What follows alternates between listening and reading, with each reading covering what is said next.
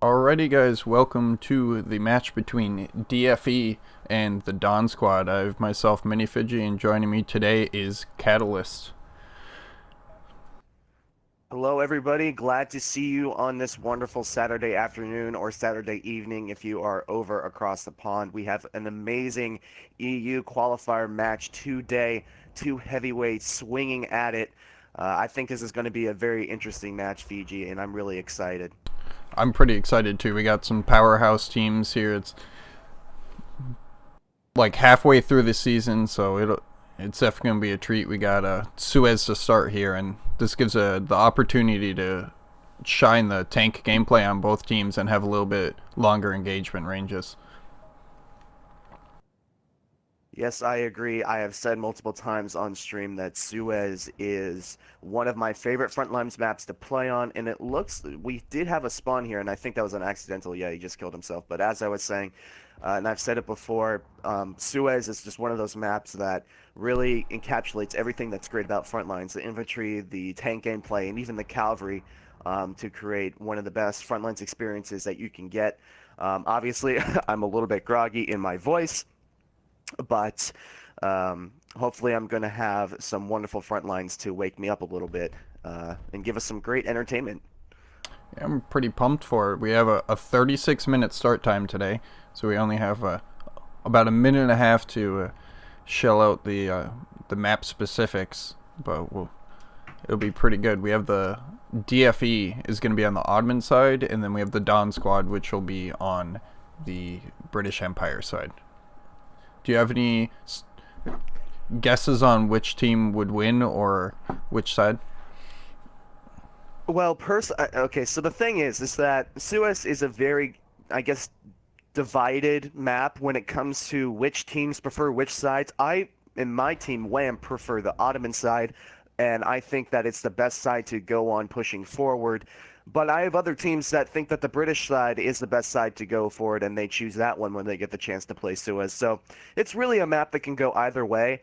I know Dawn Squad is a very, very capable team, and DFE is as well. So it's really going to be kind of going in cold here, Fiji, to who can take over the map, because as American players, we don't always get enough time to properly give the attention that these teams deserve, and therefore, selfishly, we don't know too much about them. So as we enter about 30 seconds more before we get this match underway, I don't have any guess as to the way that this can go, but based on me liking the Ottoman side the best personally, I'm going to go pull for the Ottoman side, which should be DFE if I'm correct. Yes. So we got like 15 minutes till we start. We'll be able to see if Catalyst's prediction of the Ottoman side winning will be correct. I do think that the British side has a better starting space, especially for the C flag, but depending on the CQB style of each team, it can go either way. And we do have a spawn. We do have the spawns. Teams are going in. DFE going right over the ridge. A full squad of medics about to take out Dawn on the other side. Dawn starting to heavily favor the Little Houses. They're sending a squad over there themselves. DFE getting there close, or getting there first rather, as the Fox is clearing out people there along with Wabisky. We already see a couple of players using the brand new guns that came out with the Apocalypse DLC. Do you have any opinions on the brand new guns that players might be using? I personally love all the guns that have been released in this DLC. I've heard people say that the weapons aren't that good, or they're nothing special. Really, the only weapon that I don't particularly like is the new RSC submachine gun. I have not played enough with it to formulate, a solid opinion on it, but overall, I think the Howl is a great rifle. It plays almost exactly like the Farquad, but it does have a little bit of an extended range with that sniper variant, and I really enjoy that rifle. However, the star of the new DLC is definitely the new LMG-08. That thing is an absolute monster, and I'm definitely getting 100 server stars with that as fast as I can, as DFE is overloading this middle of the point over by the wall, and they're actually going to probably get better position on this here, as they're going to rush in, as Susan Boyle's Toads is already on the objective, hopefully going to get some spawns as the rest of DFE is going to rush in, and they have the advantage so far. And it did look like the DFE did lose their tank. The Dawn squad ran in with one assault player, and he managed to get a couple of dynamite on the tank. So the Dawn squad has a tank advantage right now, but it seems like DFE, regardless of their tank loss, is still able to push forward onto this B flag. It looks like DFE is favoring sticking together rather than splitting up into different packs, and I think that's really given them the advantage so far, Fiji, is that they've been able to crowd together and win those 4-on-4 gunfights, squad v squad, as Big Smoke is going to get a kill and get a res over on this B objective. You see Dawn Squad actually getting into the middle of the objective now, trying to cluster together and get some kills. Big Smoke going to run into Spaghetti Joe. Big Smoke, they're trying to figure each other out. Big Smoke gets killed. Rising gets killed. Telfer comes on in with the medic class, and Dawn Squad is not only got the tank advantage, but the capture advantage on this point so far.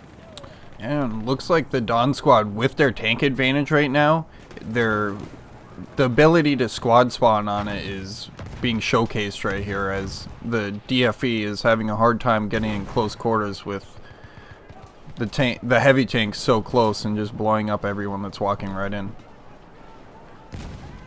That tank is in a bit of a precarious position. I know when we casted the RSDS match versus versus RAG, which was an incredible match, we had some interesting tank tactics, and I think it really shines through.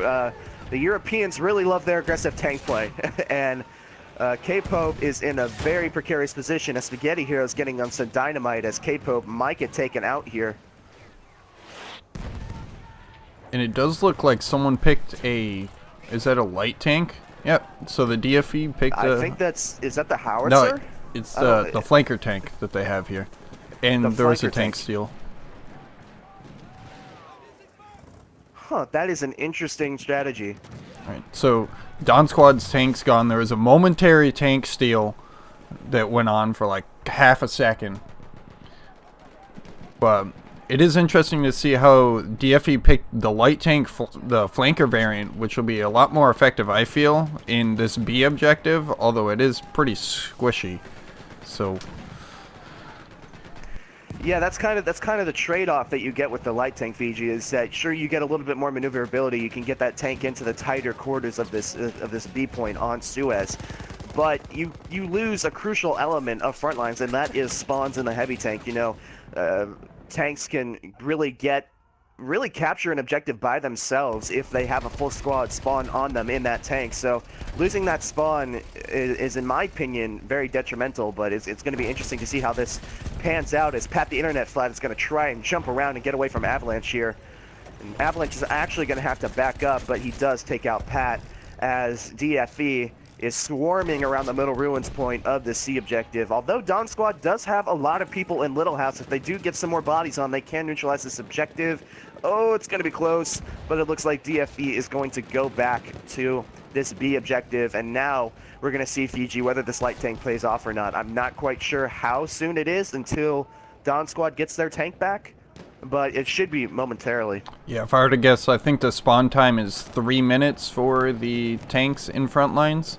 But it does look like DFE managed to get onto the flag first. They're going to be in all defensive positions. Dawn Squad went from the outside house on the railroad side and then flanked through the city.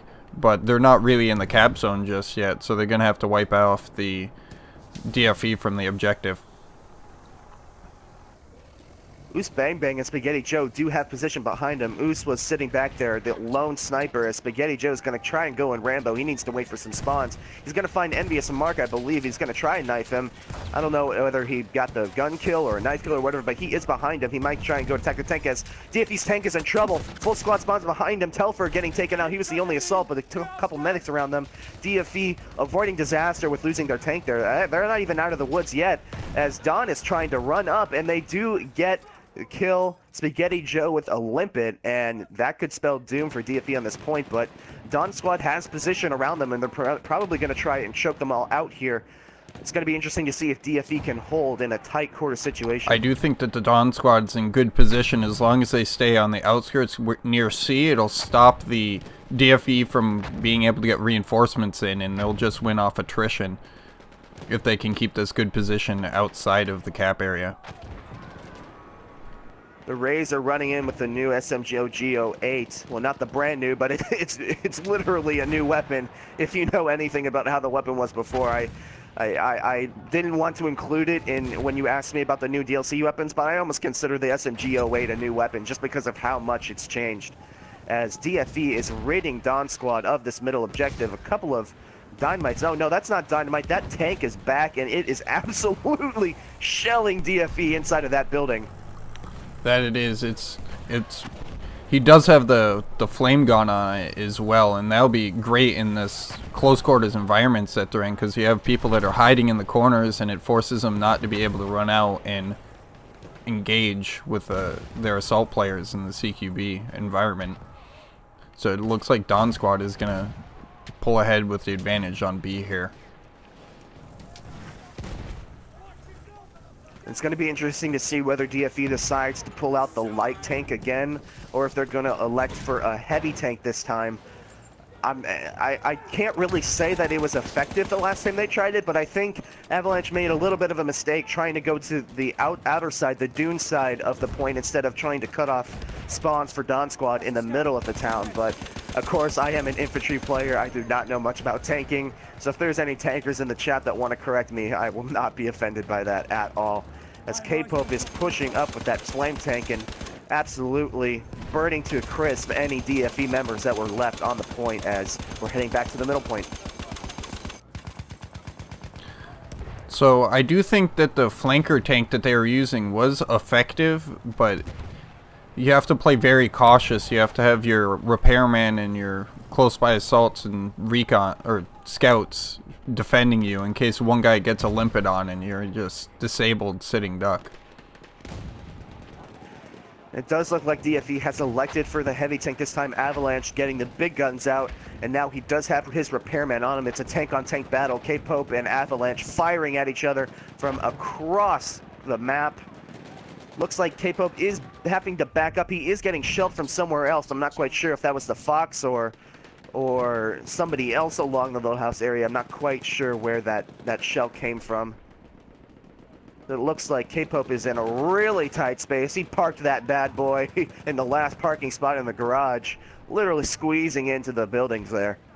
And it looks like the DFE has great positioning right now. They have a couple people right on the flag and a couple people right behind that ridge line there. And since Dawn Squad doesn't have anyone really in the house here, they're not being punished for having people on that ridge line slightly off the flag. But there is a large push of the Dawn Squad in this small house, and half of them get taken out by a well-placed limpet charge.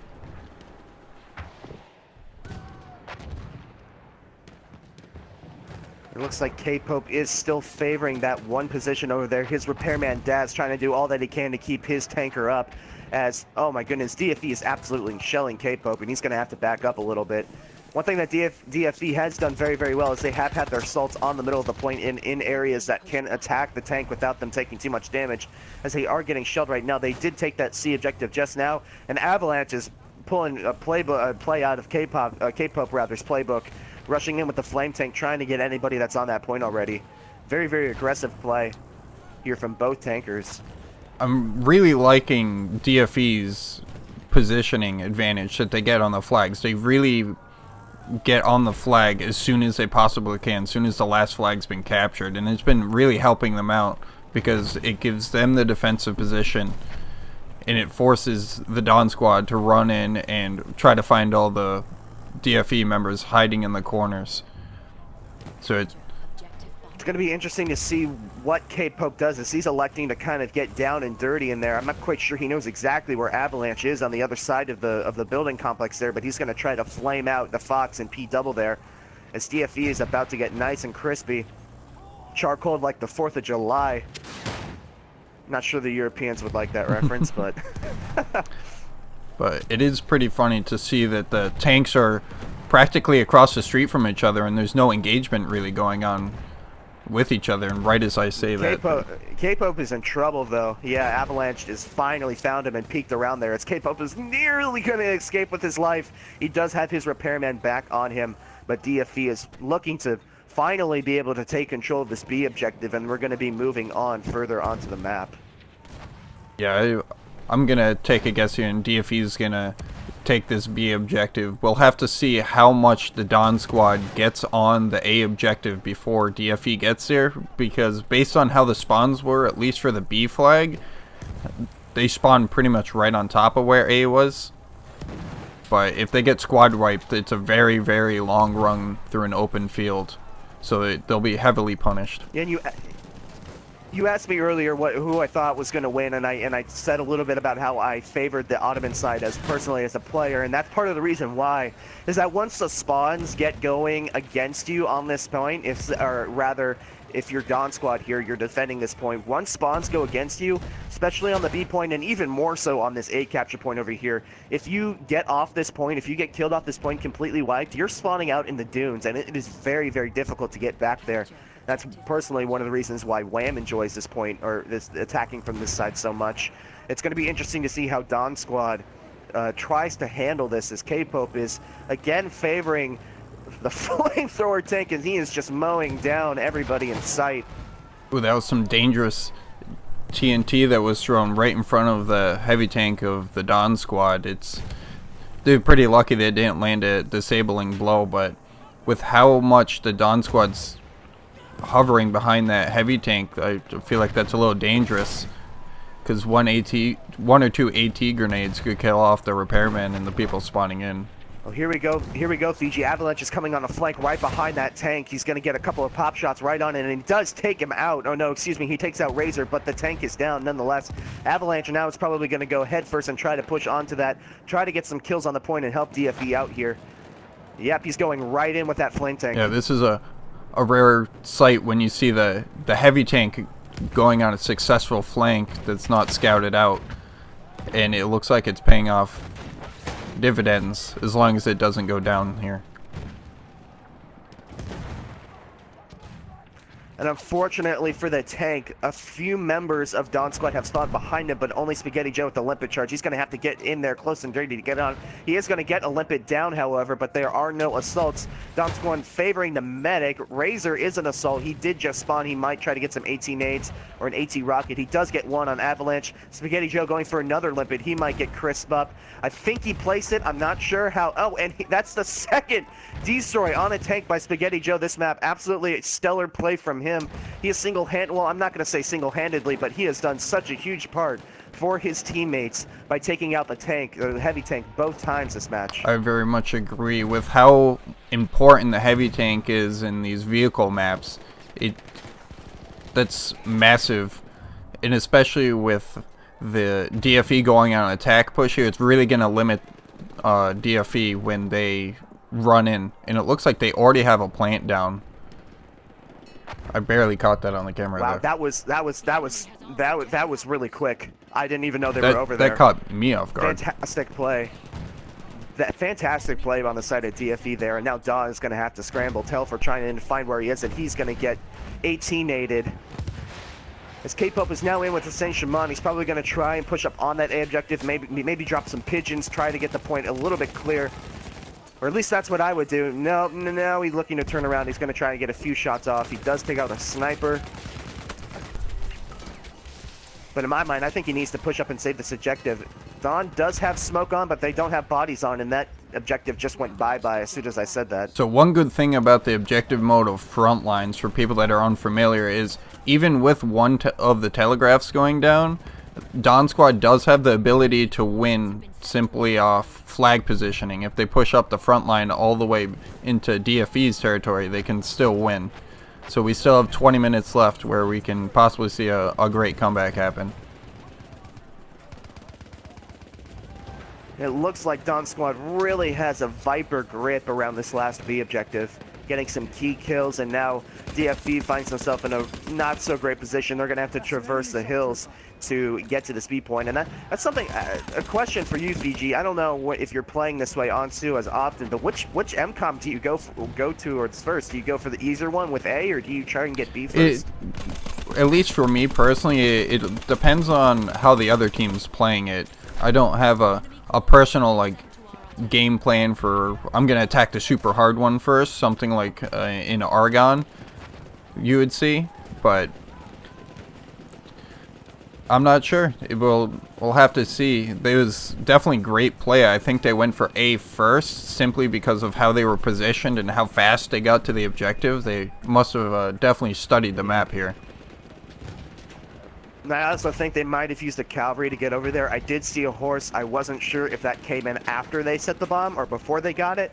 But either way, that was a great play on the side of DFE. But credit to Dawn Squad for holding off on that last telegraph, where things were looking dire. Dawn Squad showing some resilience, but now they have a literal uphill battle ahead of them as they have to go up the dunes and back into this A objective, where you see DFE's Spaghetti Hero just spraying out of that window.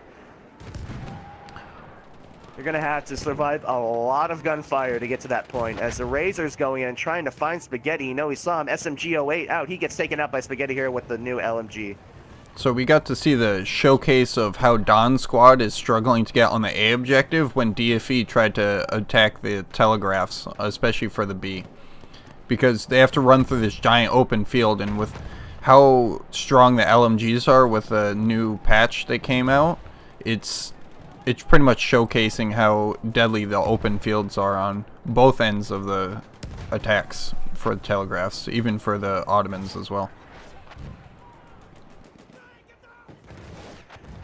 Kind of an interesting decision here. You see K-Pope now deciding not to go anywhere near the objective, and he's just shelling from way back. His team has been able to retake this objective, and maybe that'll change things as he's going to decide to push up a little bit here. Yep, he's going to try and slowly inch his way forward. He does know where Avalanche is in that other tank, and I'm pretty sure that's who he's shooting at right now, as he does get a kill on Spaghetti Hero with the light machine gun. Now he's going to push up and help his boys out. Dawn Squad showing some great resilience, and you might have called it, Fiji. We might be going all the way back over the map here to the other MCOM. Something that I saw that was peculiar. This is the 4th different tank variants that we've seen so far, and the Dawn Squad is now using a Saint Chamond assault tank, but it is the long distance version with the spotting scope on it. So there is going to be no crazy pigeon strikes that come out.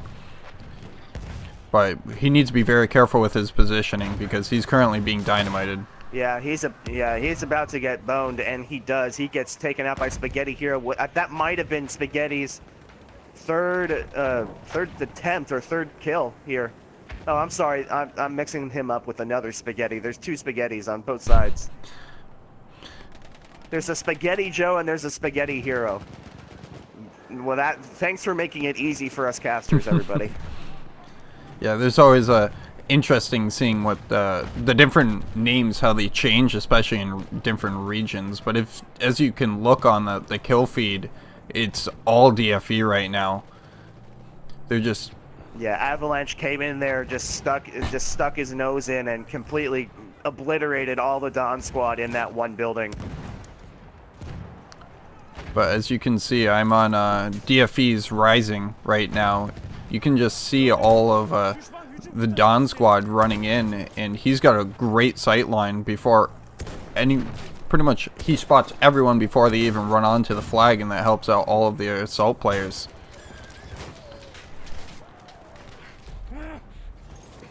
But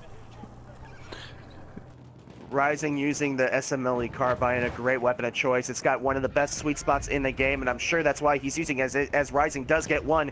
Looking at another, he gets a hit marker on the second scout, but she is getting naded out, and he's going to have to at least take a little bit of a break as he's going to retreat back into his own ranks there. And here comes the dilemma. Here comes the back and forth, Fiji. DFE is going to have to traverse that entire open dune, and they do have some people into the trench system right now, but it looks like that Dawn Squad is starting to get their spawns in, and they are going to set up. But one thing that, as I say that, K-Pope has respawned in his tank. I was about to say that DFE has the tank advantage, but it does not seem to be the case, although DFE is getting the plant, and DFE's tank is going balls to the wall with the flame. And I'm not sure if DFE has noticed yet that the Dawn Squad's tank is alive right now, but it doesn't seem like I think that the flame tank right now is acting almost like a smoke grenade, because on my screen I can't even see the objective, so I can't even assume what the players are seeing. And it is in dire times right now for Dawn. They're going to have to get something on. Pat trying to get a dynamite kill. He does get one. He does get two. And Dawn Squad is getting the kill set. They mean Pat, in fact, going for a cheeky defuse. I don't know if Rising sees him. Rising does kill him with the Dud Club. Eric is now trying to go in. This is close. That flame tank is there. And Avalanche might have just sealed this game for DFE, in which he does. That flame tank is so crucial in locking down that objective, because you can't defuse when you're burning alive, Fiji, as DFE takes map 1 here. Yeah, there's a lot of interesting things that I personally haven't seen before. That much variety in tank play is pretty interesting, but it looks like DFE is going to take a round number 1 here.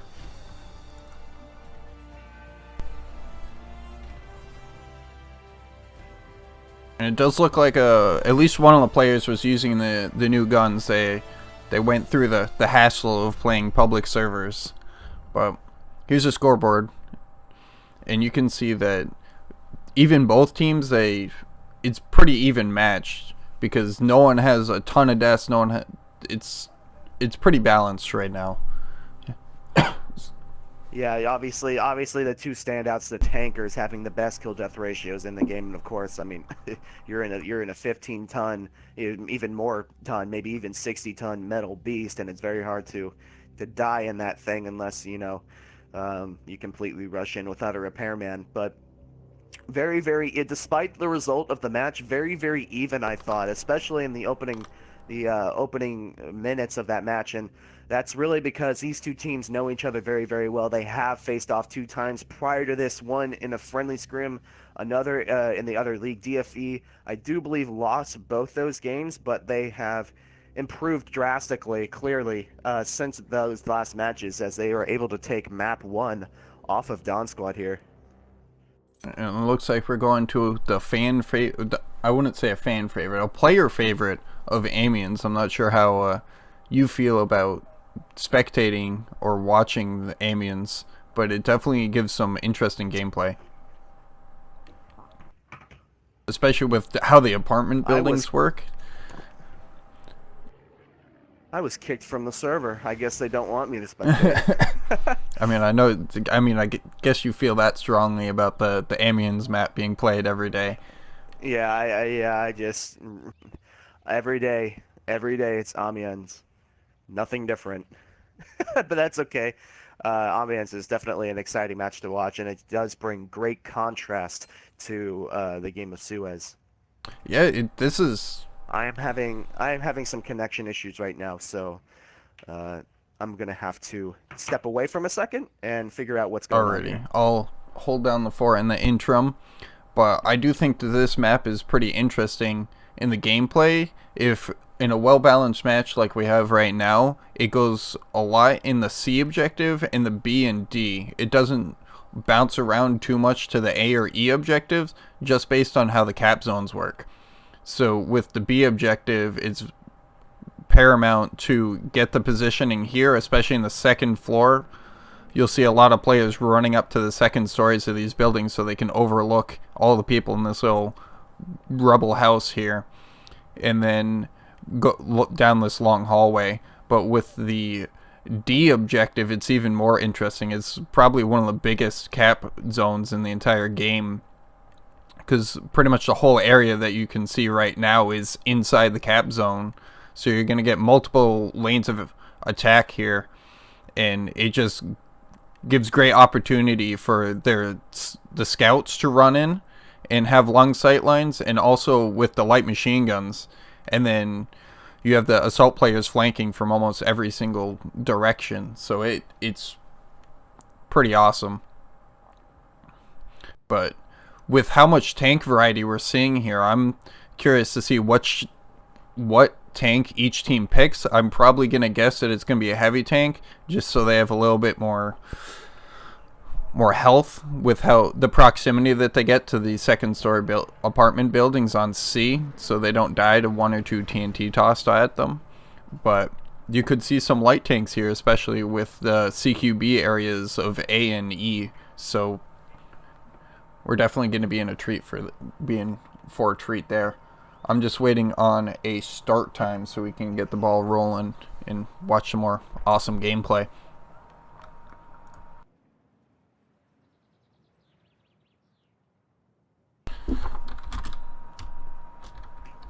And I am having some connection issues here. I was kicked out of the server by an admin, either by accident or either Battlefield is trolling me, and I didn't get kicked by an admin, but I'm going to restart my app and see if I can get back in there to give you guys some entertainment and a wonderful experience. Alrighty.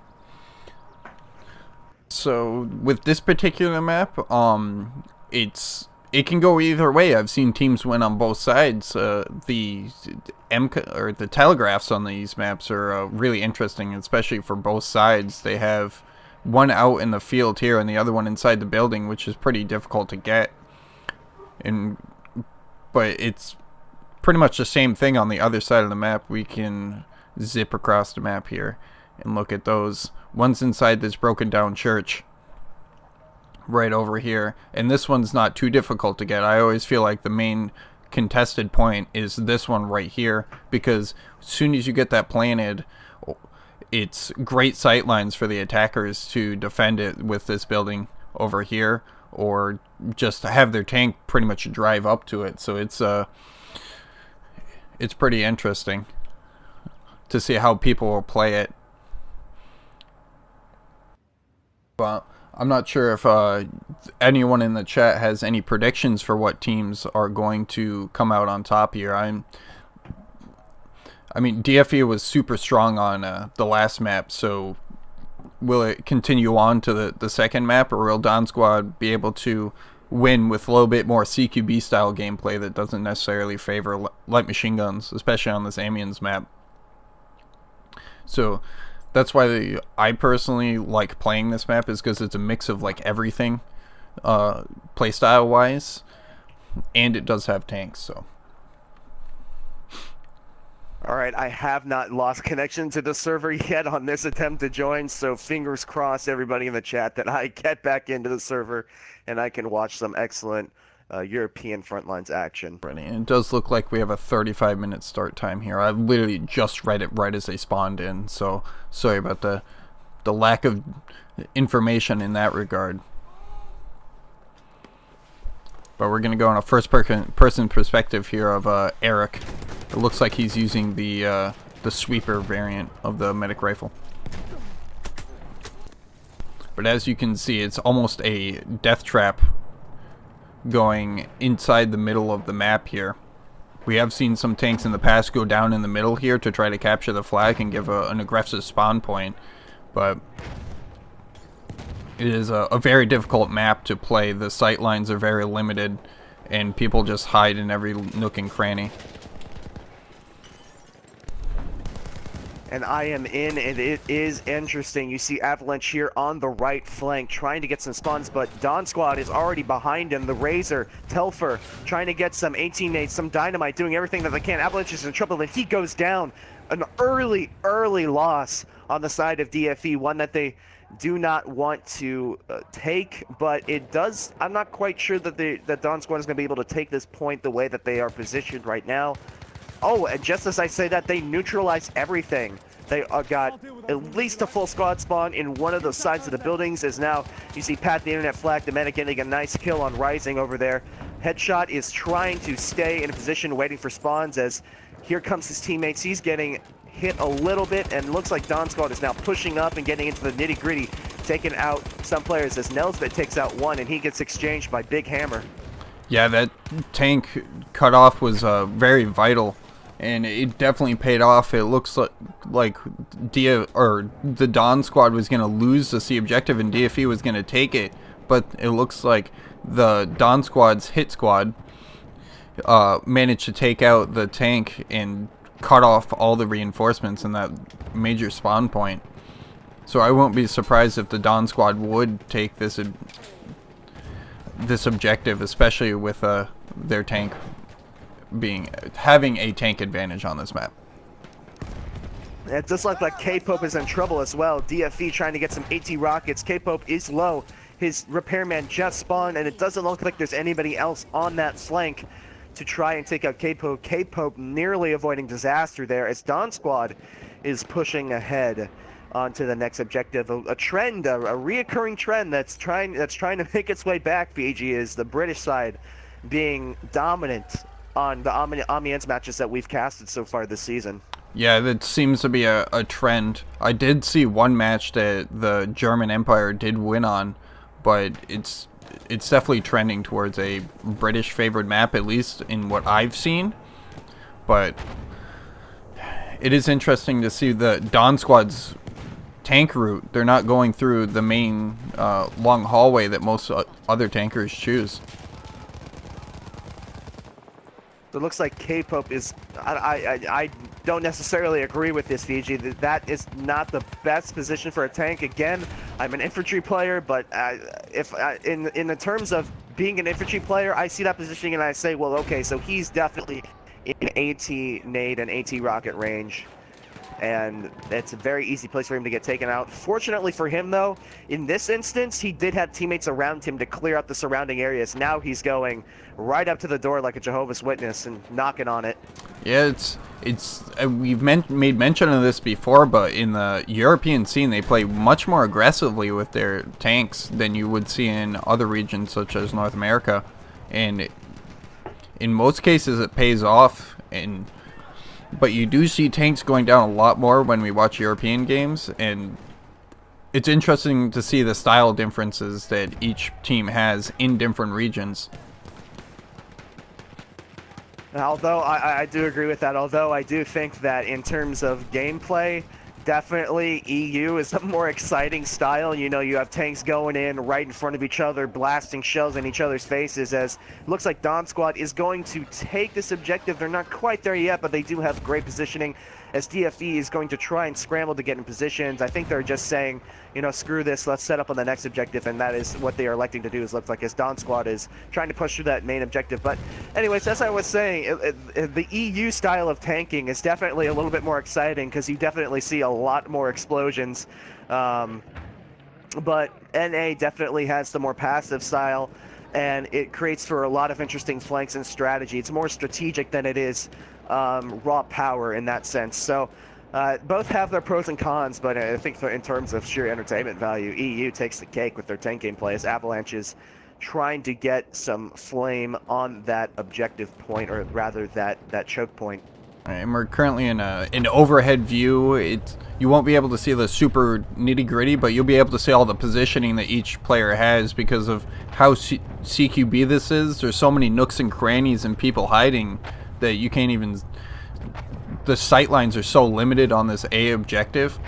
But I really liked how DFE realized that they weren't going to be able to take that B objective. They only threw 1 or 2 people at it at the very end there and pre-positioned on this flag. Is he on the roof? Is Envious Mark on the roof there? How did you get up there? I believe they... I have never seen that. How? Somebody called a repairman and he's just on the roof, just chilling out. Bring up a lawn chair and maybe a margarita too while he's at it. But an ammo box, I'm sure, will suffice. Let's go on a first-person perspective of someone that's running in here, and you'll be able to see how crazy this map is for all the infantry. I don't think Envious is known, but he has had an opportunity to get a lot of kills, as now his teammates are using him as a nice spawn point. But if he just dropped the limpet over the side, kind of like dropping a rock down the cliff to see how far it is down, he would have gotten at least a 2 or 3 piece on some of the Dawn players that so far are completely unaware that he's there. But his teammates are getting killed around him, so maybe they're... Oh, and down goes Envious as K-Pope came in with the tank and said enough of that. But this objective, at least for playing as infantry, we've seen some small glimpses, is I can barely get onto some infantry players without them dying almost instantly, and it's very difficult to find out where the other team is hiding. It's just halfway capped most of the time if you look at the little bar at the top when you're in a first-person perspective. But it is... This is the... Yeah. This is definitely one of the hardest points to capture in any Frontlines map, just because of how claustrophobic it is, how chaotic, and how really teams can be, you know, hiding in the building, in the bunches, and then Dynamite can come in and clear out another team, but then somebody's coming in on a flank. It's a very difficult objective to attack and defend. It does look like Dawn Squad is going to telegraphs here, as look, I think that was Grenadier who got off an artillery strike, and Avalanche likewise getting an artillery strike on the B objective. It looks like Dawn Squad is electing to go for B first. Oh, excuse me, I take that back. It looks like they're a bit divided, but the Dawn Squad that is going for the A objective is looking to be cleared up, and it looks like the Dawn Squad going for the B objective has basically a wide open path, and the only person there is Expert, and he gets taken out from behind by Benny. And they do have B armed. DFE was very heavy on the A objective. They might have just not seen the entirety of the Dawn Squad. It did look like there was 1 or 2 people initially, but they must have squad spawned and made a massive push. Now we can see what I was talking about earlier, how the attackers have a pretty strong advantage. Soon as the B objective is armed, they have great sight lines, and it's practically impossible to defuse that B objective. And that's one thing that doesn't change between Continents, Fiji, is going for the B objective first on this side of Ami. This B objective really gives you all the sight lines and the vertical advantage that you need. And you see DFE is really just kind of choked point into a last stand here in this church, as Phoenix might be trying to get an artillery barrage off, and he does. The Spaghetti Joe's coming to take in. Phoenix ends up taking him out with the MP18, another weapon that has become increasingly played in these games, Fiji, since the TTK patch. I very much agree, but something I've noticed is all of the artillery strikes that the DFE has launched have not been effective. I don't think I've seen a single telegraph kill yet. So I'm not sure if when they call them in, they don't wait for the other team to be fully spotted, or what exactly is going on in that regard. But 1 or 2 good artillery strikes will definitely push off the Dawn Squad, and they'll have to go back to the A objective. Some dynamite and some explosions going on as Daz gets a dynamite kill. Benny gets I think that's a gas grenade kill, and a Browning telescopic kill. And it looks like the Dawn Squad. And somebody was planting almost there. Got it. Somebody was planting there, but the guy killed. Almost got it. And now we're at 1 ticket left, and it looks like Dawn Squad is almost going to plant with that 1 last ticket. But it does look like they get pushed off. Spaghetti Joe coming in.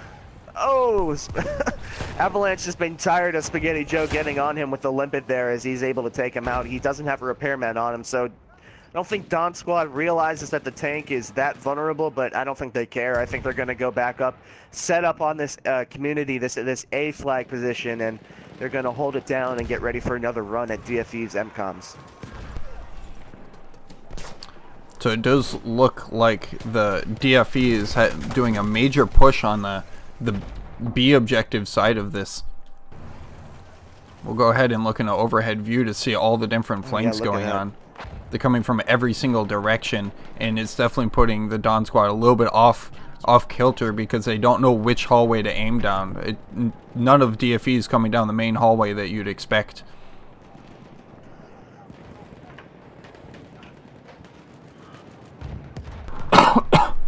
The thing that is so difficult about this point is that, yeah, there are multiple ways to get in, but they're so choked, like they're so enveloped with gunfire and gas and smoke that there's really no surprise to where the teams are coming from. And once they do push through there, all you really need to do is just focus fire attention in that direction, and it really stops any push before it gets going.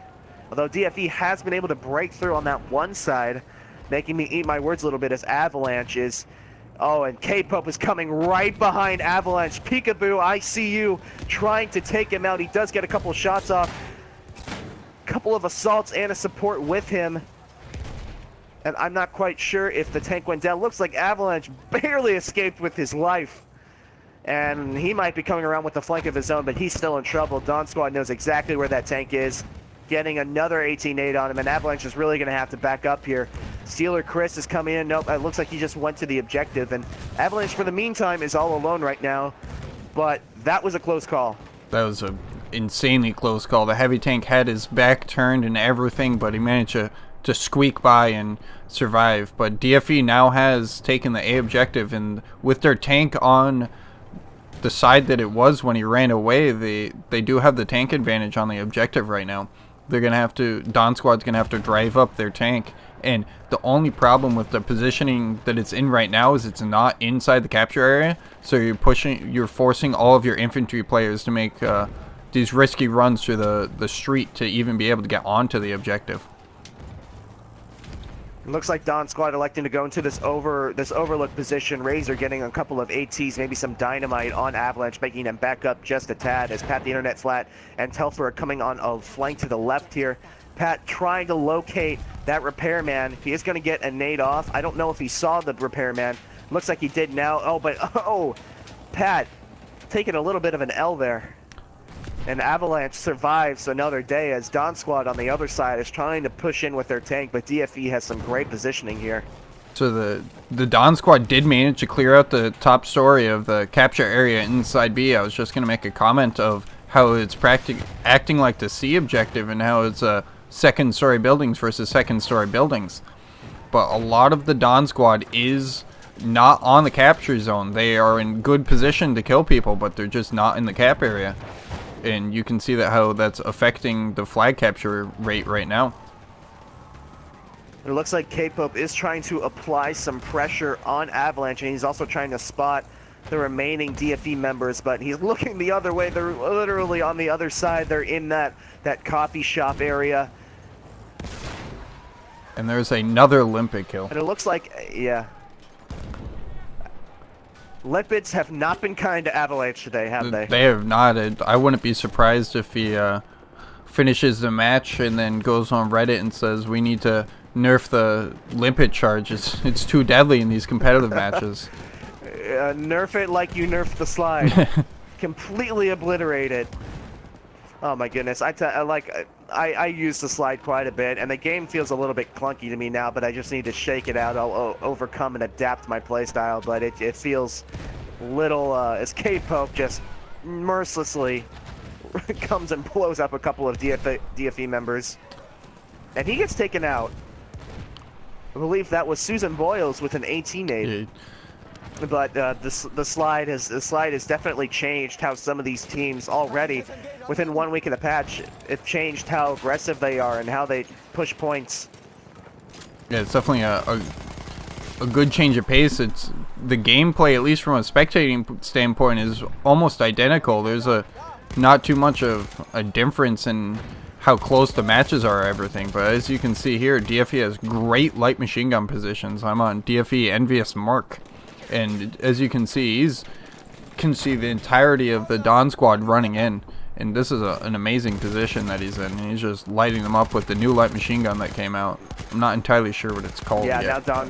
Now Don Squad's it's the I think it's the LMG-08, something like that. I'm not quite sure. But we get to see some of the new cool guns. This is the suppressive variant. I do know that it has 200 bullets versus the 100 of the low weight. Ooh.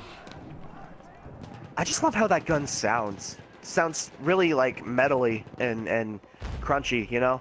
It's a very pleasing sound, kind of like the same thing as with the Martini Henry. Just a very, very earthy, metally kind of sound to it. As Don Squad is trying to force their way back into this point, and it looks like DFE is making a bit of a comeback here. We are now going all the way back to the starting objective here. And so we'll be able to see the tank gameplay come back into start affecting the game again shortly, with both of the tanks going down really quick. And as you can see, Don Squad is already pre-prepared with dynamite on these stairs and taking out half of DFE. Daz with a crap ton of dynamite kills there. I'm not quite sure how many he got. I know that he got 2 just now, but I think there was at least 3 there as well. As DFE still is able to get into one of the sides of the buildings here, and they're about to meet up with a full squad of Don Squad. Big Smoke rushing in, trying to get a revive, doesn't get it.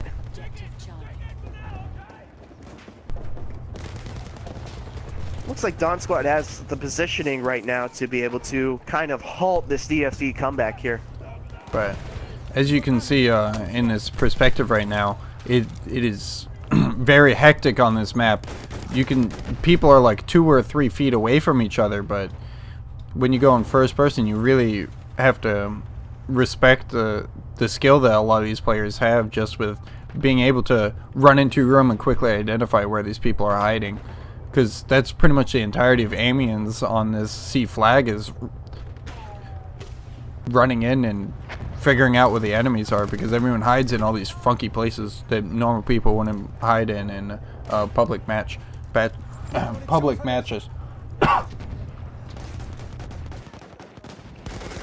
Looks like DFE is hunkered down into that one side of the building as their tank has come in, so that should give them a little bit of confidence to push out, as Dawn Squad and DFE are going to start firing at each other from down these hallways here.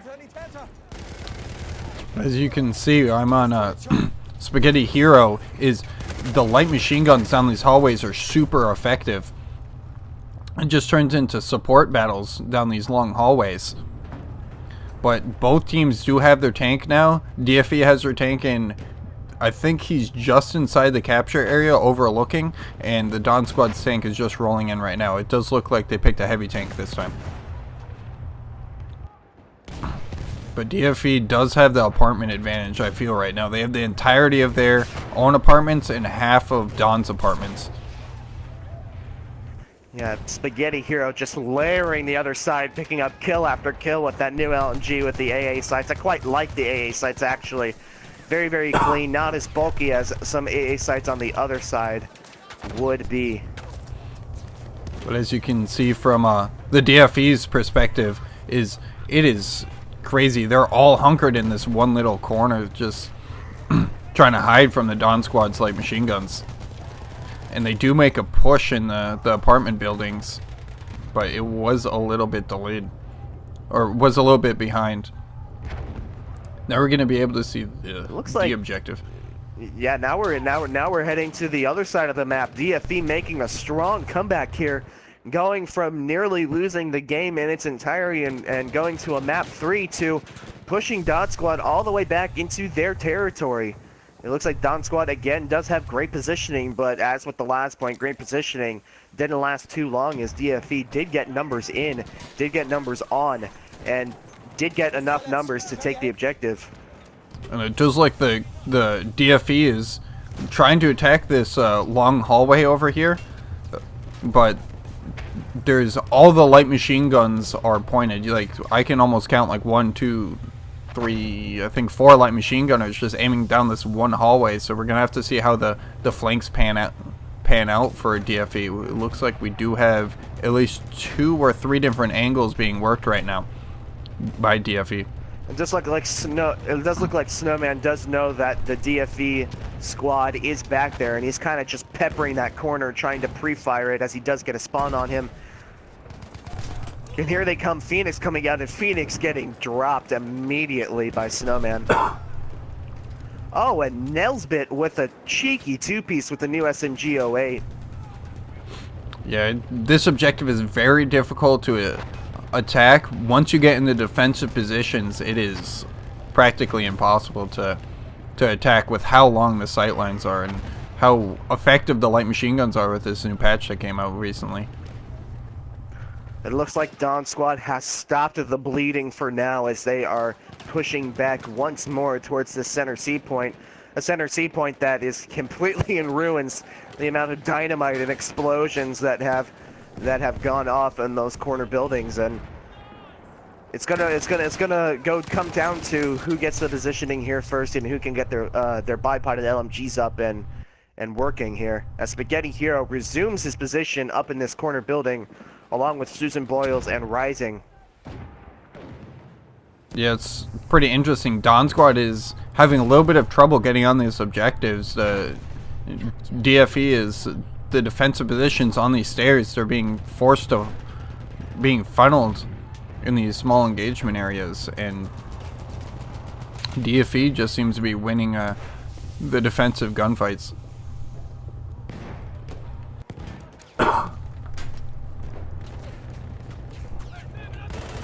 But as you can see, I'm on a first-person perspective of someone using the SMG-08, and if you've used this gun prior, it had a very low fire rate, and now it's just insane. It's practically Hellregal level in it. It's an Automatico in a Hellregal's body, to be completely frank. It is a very, very strong weapon. It is my weapon of choice right now. I am an assault player. It is my go-to. It's my get-in-your-face weapon. And I am really enjoying the weapon right now, as it looks like DFE is going to capture the C objective. And look at Avalanche here. He is trying to speed his way as fast as he can to get into this hallway before Dawn Squad can set up, and he does look like he gets there first along with Envious Mark.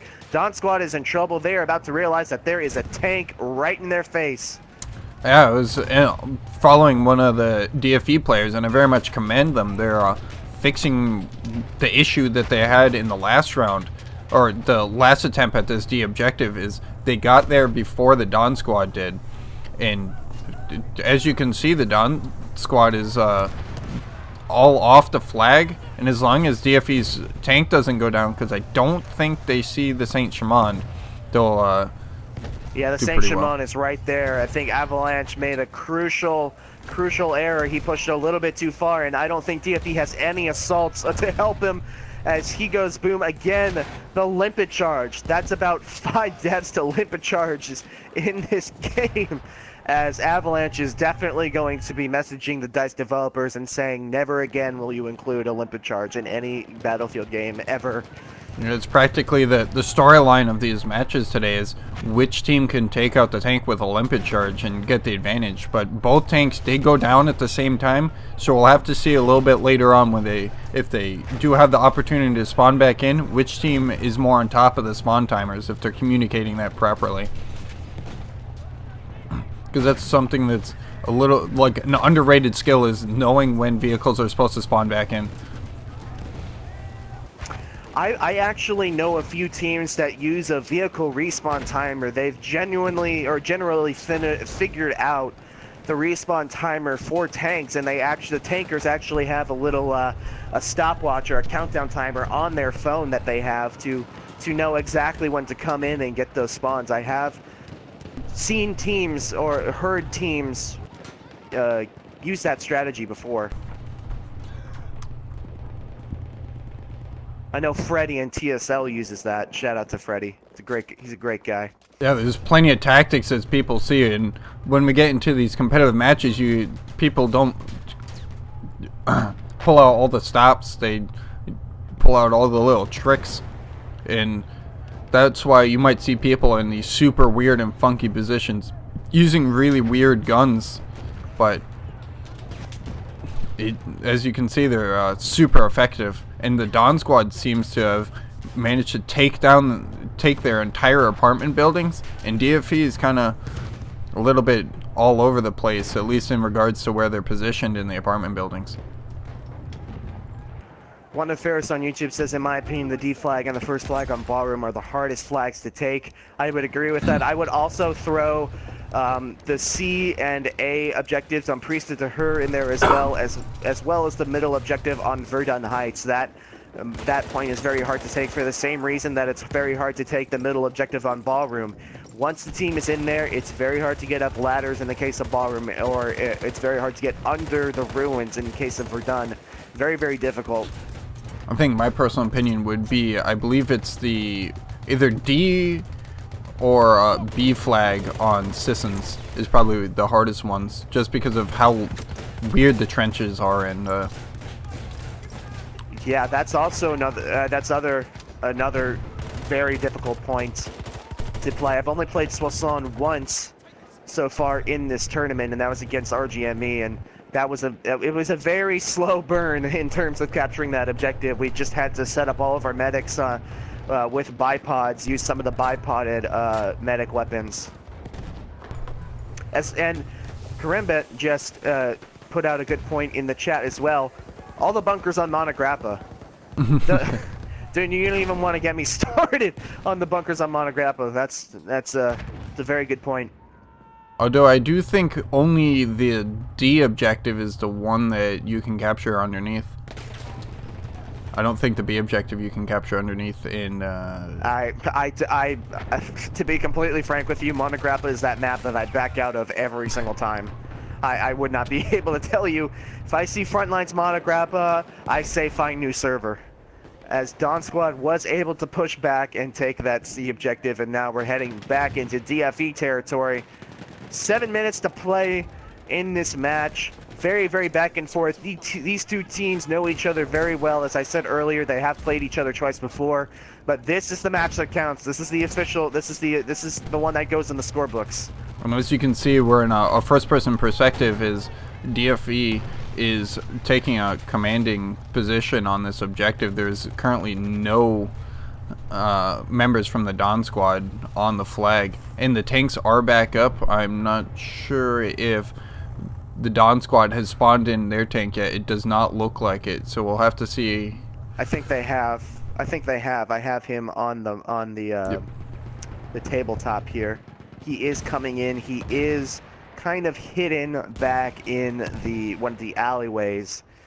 Nowhere near close to the objective, as Avalanche is trying to get some shells on him, and Pope is returning fire, but Pope not necessarily in a good position to poke out and get some shots there. So now we're getting into the territory of there's 6 minutes left. There's a possibility of trying to time things to where the other team doesn't have an opportunity to capture the flag and you win by a flag advantage. So we'll have to see if the teams are going to try to capture the flag a little bit slower to get the advantage, or what to plan on doing there with these end game tactics, if you will. Yeah, we have I'm not going to call it a bad habit. We definitely have had a trend of casting these long games that end up going to the wire, and we do always have to mention that strategy of trying to bloodlet the flag a little bit, trying to get the position to either force a draw or make it to where the other side cannot possibly come back and take the middle objective and force the draw.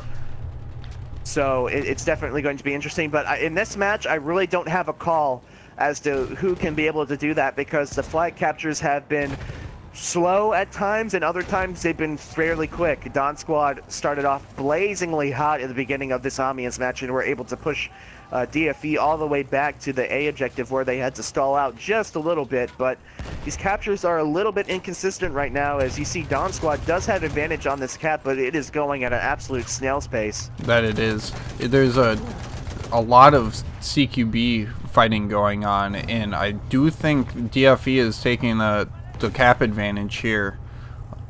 The Dawn Squad's tank position is in I think it's a little weird in how it's positioned. It is close to the apartments of DFE, but it's not really in a position to engage the other tank.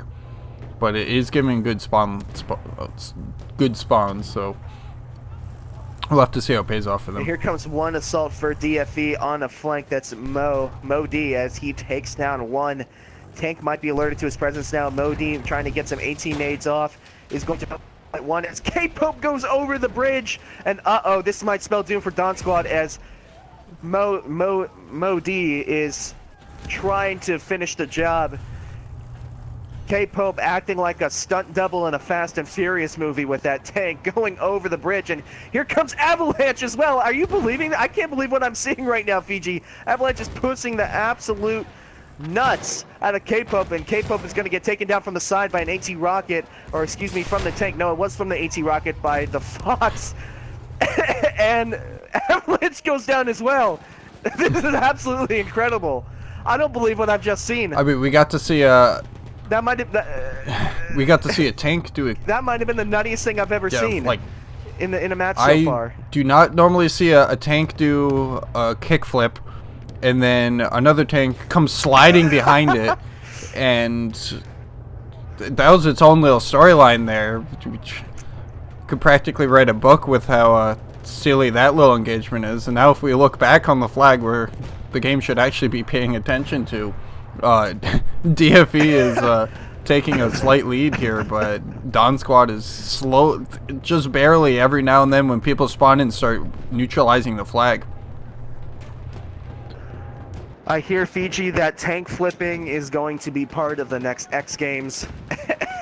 And our two tankers are going to be taking a part of that. So That I'm still kind of at a loss for words. I think that's the advantage of that. That must be why everyone picks the heavy tank, because it has that little bit of a rounded top. So when you do fail at doing one of those kick flips or spins with the tanks, you don't actually get stuck upside down. So that must be the ingenuity that these heavy tank drivers have with why they pick these certain tanks. But it does look like the Dawn squad is taking the advantage on this flag here. There's 2 minutes left, so the pressure's definitely on these players here. I wouldn't be surprised if their hands get a little bit sweaty. They can feel the pressure. Knees weak, arms are sweaty. Someone touched my mom's spaghetti. Is it palms are sweaty? Yeah, spaghetti. They're nervous? I don't even know. Dawn squad has been able to capture this point, and I'm not quite sure how much time it's going to be able to take off before this next flag opens up, but DFE is going to have to play a bit of a game of tug of war with this point and trying to really just keep Dawn squad from getting anywhere close, as this might come down to the wire. Might force a draw if DFE is able to hold the point, as Dawn squad is going straight up the gut right through this building. And someone did ask the question, doesn't DFE have to blow up a telegraph to tie? Not in how our rule set is currently. We go off what the game tells us for a tie or a win, and if the flags do end up in the middle flag, such as C on this map, it will be a tie, regardless of how many telegraphs are blown up. But with DFE, their positioning right now, I do think there is a possibility that they would be able to push it to a tie right now. But they would have to have amazing positioning and stop all of the Dawn squad from being able to get on the flag. If it goes down just a hair, I don't think they'll be able to pull it off. 23 seconds left in this match, and DFE is slowly capturing this point. This is going down to an exciting finish. We have a full squad and a half of Dawn down that one flank, and it does look like Susan Boyle and the Fox are trying to get it. Benny gets there to kill. Susan Boyle's trying to push him. Gets one. No, doesn't get any. He gets dropped immediately as DFE is holding out. But Dawn Squad does have position. There's only a few more people on the point for DFE, and Dawn Squad is going to take the victory here, and we are going to a map 3. What an exciting finish. Yeah, it's not often you see a photo finish in one aspect. When it comes down to, there's like 15 seconds left, it's 3/4 of the way captured. That's a very rare sight. That was... The only game that I have seen that has been any closer was the overtime tiebreaker between RAG and SRDS. That match was not casted, but legitimately, when I say that it was literally a millisecond between a draw and a victory for RAG, it was a millisecond. Literally just a tiny hair between a tie and a win. So, but that was an outstanding finish by itself. We are heading to map 3, ladies and gentlemen. Frontlines on Sinai Desert. Very, very bit of an outlier of a map here. Definitely not one of my favorites. Definitely not one that I'm personally as familiar with. But we will see how this goes. Yeah, I feel like how Sinai Desert plays is almost similar to how the map Sisson plays in one of the French maps that showcase the Frontlines.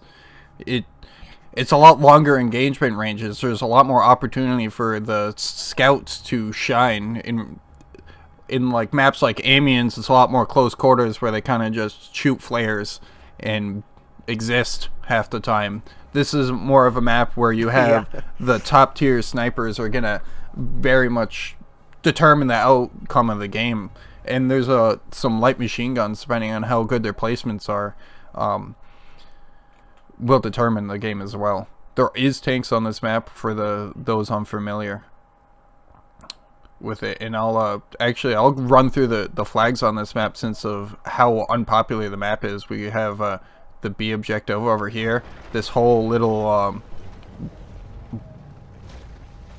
bridge thing that's broken down that everyone likes to snipe on is the main cap area for B. It's one of the biggest ones in the entire game.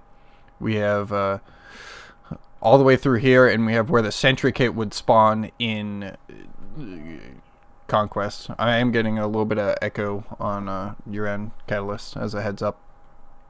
A little bit on mine. All right, I'll turn down my mic just a little bit. And so we have the capture area on B here where the heavy or the sentry would spawn. It goes all the way over here. It's a massive cap area. It gives a route for other teams to go without the tanks being able to get much in there. Is that a little bit better? Yes. Thank you. Okay, awesome, sweet. Yeah, Sinai is not really a map that is played all that often. Again, like I said with Monograppa, me personally, when I see Sinai in the rotation, I say I'm going to a different server. Screw this.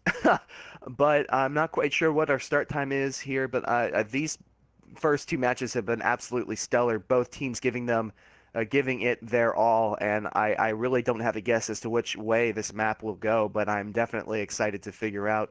Not often that we get many game threes so far in this tournament, but now it's getting to the point where the teams that have been progressing and doing very well are starting to meet each other, and the big boys are starting to bring out their sticks. Yeah, it's definitely in for a treat on this map. This map can go pretty much either way.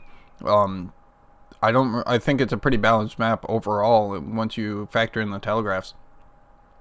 But it will come down to who on their teams have practiced this map and actually know the capture areas. With how rare of a map it is, you're getting the one or two outliers with playtime wise that'll actually know where the capture areas are, and I feel like that's going to be very important.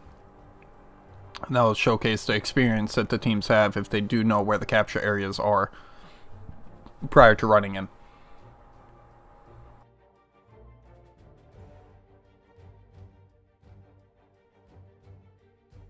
And we have gone to a server reset here. The team's probably just trying to get on their appropriate sides, and we will begin the match momentarily. We are waiting on a spawn or a start time, but I'm pretty excited for this map. It does have tank gameplay, but with how the map's set up, it plays very strange with tanks. It's not like Amiens where it's like the tank goes here and it's super effective. On this map, it's like tanks can go like 30 different locations, and each of them they're just kind of effective. So I'm pretty excited to see how that works. Yeah, and to double that point, they can go in 30 different directions, but those 30 different directions happen to be almost exclusively out in the open, and the AT rockets with the assault class do kind of have open range to be able to get some shots off on the tank, which is why I think in this map, specifically Sinai, the sniper is the most important class in the game, or in when it pertains to this map, because the snipers being able to get easy headshots on the assaults, proning with their AT rockets, protecting their tank. Whoever has the better sniper game in this match, VG, is I think who's going to take the map in the victory. I agree. It's definitely going to come down to the snipers. The light machine guns, most of the engagements on this map are a little bit longer, and it's just slightly outside of the dominant range that the light machine guns have. So even the far-fetching light machine guns, such as like the Browning, the 1917, or I think it's the 1917, have it's the 1917. It's an absolute laser. It's a laser, but just as soon as you start getting past like 75 meters, you might miss one or two bullets, and it gives the opportunity for the snipers to go forward and take the advantage. And it does look like we are going to have a 35-minute start time. It's probably letting all of their players go to the bathroom after the 40-minute match, probably get some towels for their hands because they're probably sweating it at the last one with how close that was, and excited for this new map. Yeah. To recap, if you are just joining us now, map 1 went to the site of DFE. I believe that was, it was Suez, so that was a very, very good game on the side of DFE. Second map was Amiens, the map that we just finished. Dawn Squad was able to pull up the victory, but DFE definitely put on an incredible fight, pushing them all the way back from their MCOMs as far as the D point on Amiens, and that was an incredible match. It really came down to the wire. Dawn Squad squeaking out a victory, forcing out map 3 here, and that is where we are now with a 35 start time, less than 3 minutes away to getting back into some amazing European qualifier action for the 100 days tournament. Right, so since this map is not very common, we're going to take a look at the telegraphs on this map. They are kind of hidden. So we got one over here. We're going to be looking at the A side of the map, if I'm not mistaken, where the attackers start in the operation. So we have one over here. It's somewhat close quarters, but it is somewhat open, so the snipers are very important on this map. And the other one is, I think it's around here. Yeah, there's one by the pillars over here in the ruins, and then there's other one just across the way in kind of like this wooden ammunition storage area. They're points that do have close quarter combat elements, but the catch is that snipers can have easy lines of sight to those MCOMs and telegraphs, so they can easily clear off and snipe anybody trying to defuse. And if we zip across the map and look at the city side, there's two telegraphs here. This is a little bit more hidden, I guess you could say, a little bit more covered. We have one inside this half broken down building, and the other one is outside, if I'm not mistaken, or if it's in this little shack. I think it's in the shack. It beats me. It beats me. I actually do not know where the MCOMs are on this side of Sinai, and I know I should. I am not doing my job to the utmost ability that I can. So maybe we go that way and we actually do figure out where those MCOMs are. Who knows? I do think it's in this little shack, but since I'm a spectator, I can't open the door or go through the wall and show you guys. But I'm pretty sure it's right where the AA gun would spawn in the Conquest. Just to give you guys a little bit of some information on this unpopular map.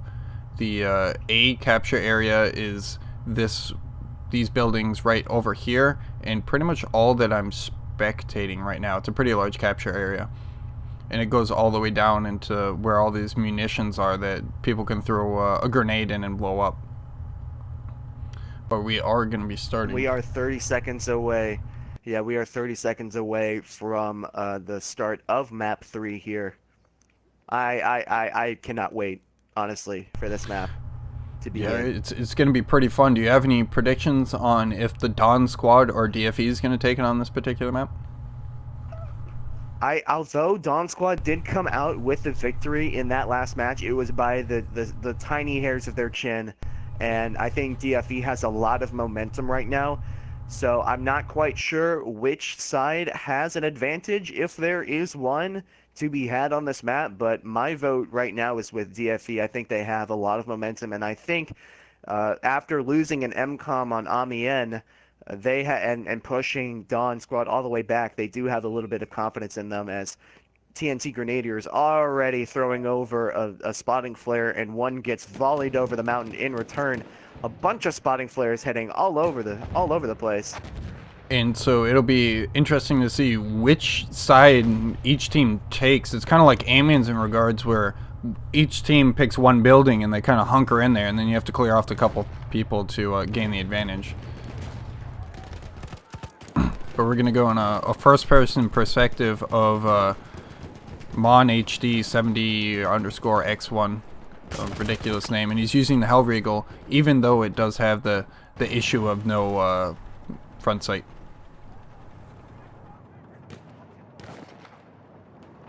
It looks like DFE has elected to kind of flank through this canyon pass here. Spaghetti Hero gets a kill with that new LMG that Kill was talking about in the chat just a second ago.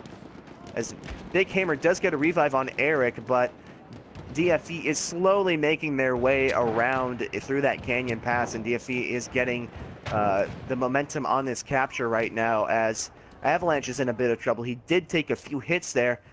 Unfortunately, there aren't any assaults, or there is Snowman there as a support player, as Susan Boyle is going to drop down like Spider-Man and take him out, although Susan does get exchanged as well.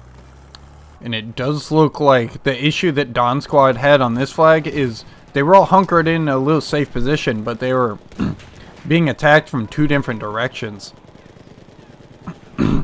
Pardon me. And they were safe, but they lost both sides of the capture area of B there. So now we're going to be pushing over to C. And we'll be able to showcase how big this capture area is. But Don Squad already has somewhat good positioning, but I do think DFE has the advantage here just based on how they're hunkered down.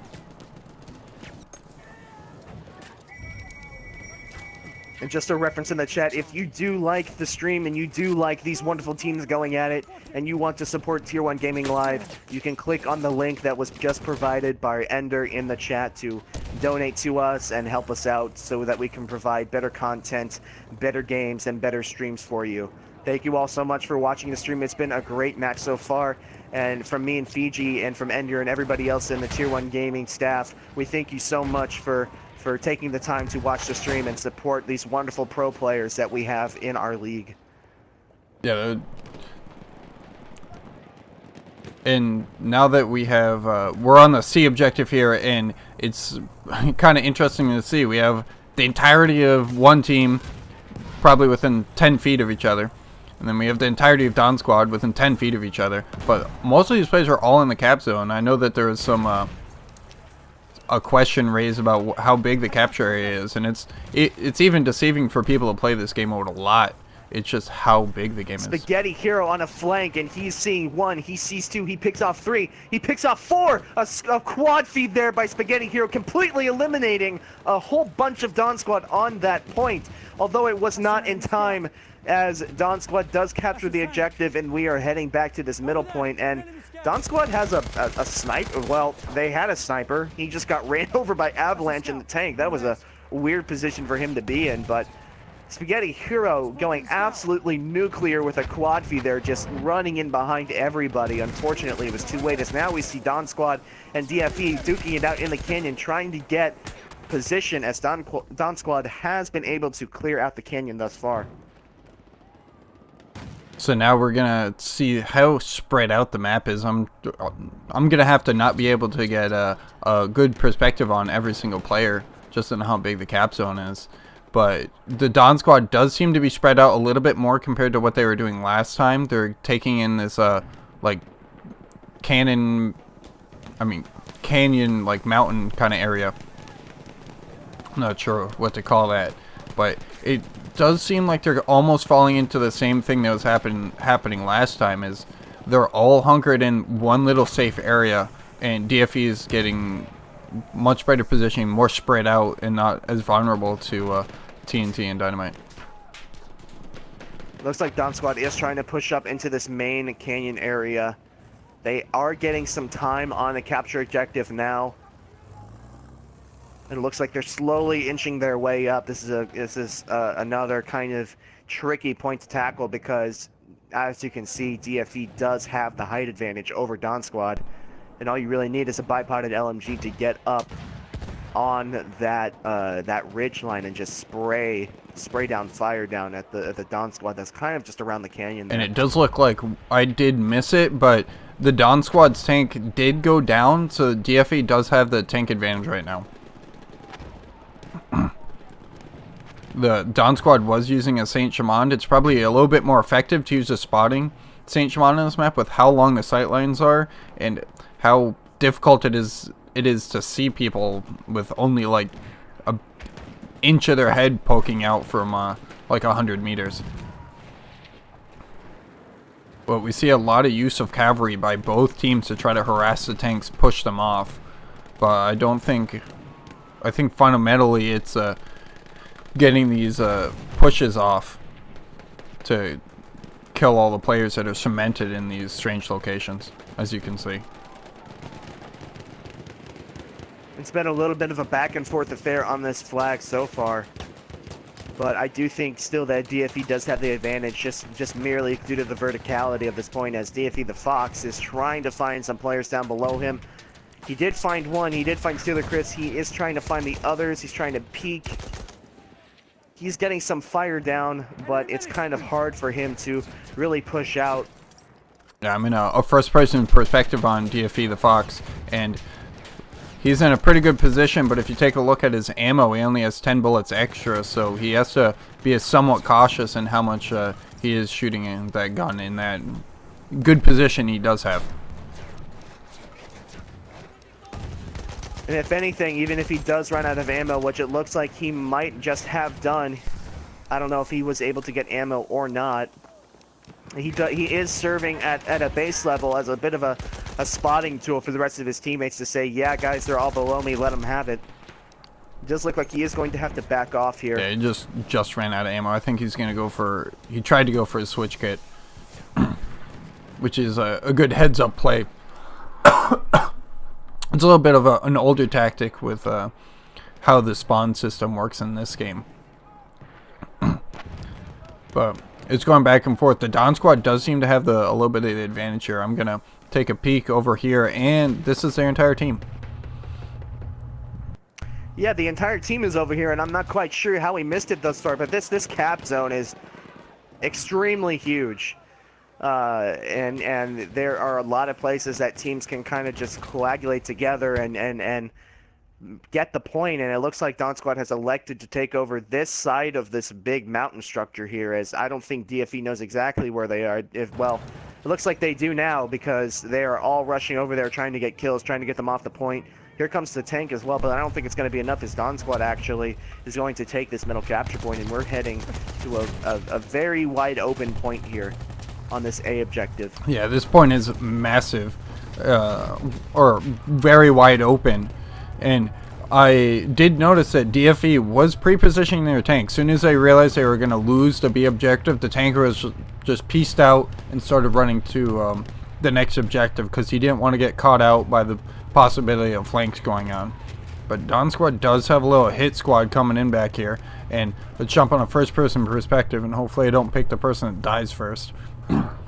But the only person anywhere remotely close is Envious Mark, and he is too busy firing at somebody else. There are more spawns down on this hit squad, as Susan Boyle's about to run up, and she's going to run into a whole host of Dawn Squad. Players are dropping. Big Smoke getting 2 big reses. I think Daz might have just thrown a limpet.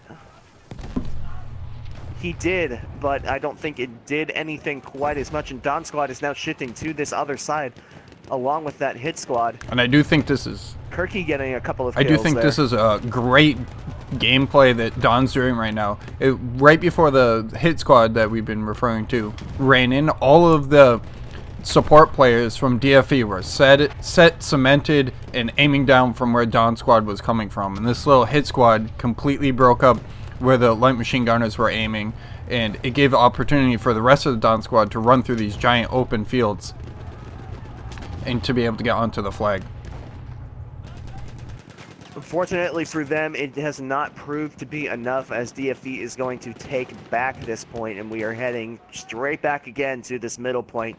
I kind of had a feeling that the map would go this way, just because it's so unpopular and the capture zones are so big that it'd be really hard for any team to really get any momentum past the initial point, because you do have to trek a long way through some open dunes and open field before you can get to the objective. It's now DFE, being the wiser of Dawn Squad. They know that they like this side. They're going to pull their tank over there, try to get some kills there. As Avalanche is trying to run up on Bang Bang, and he gets run over.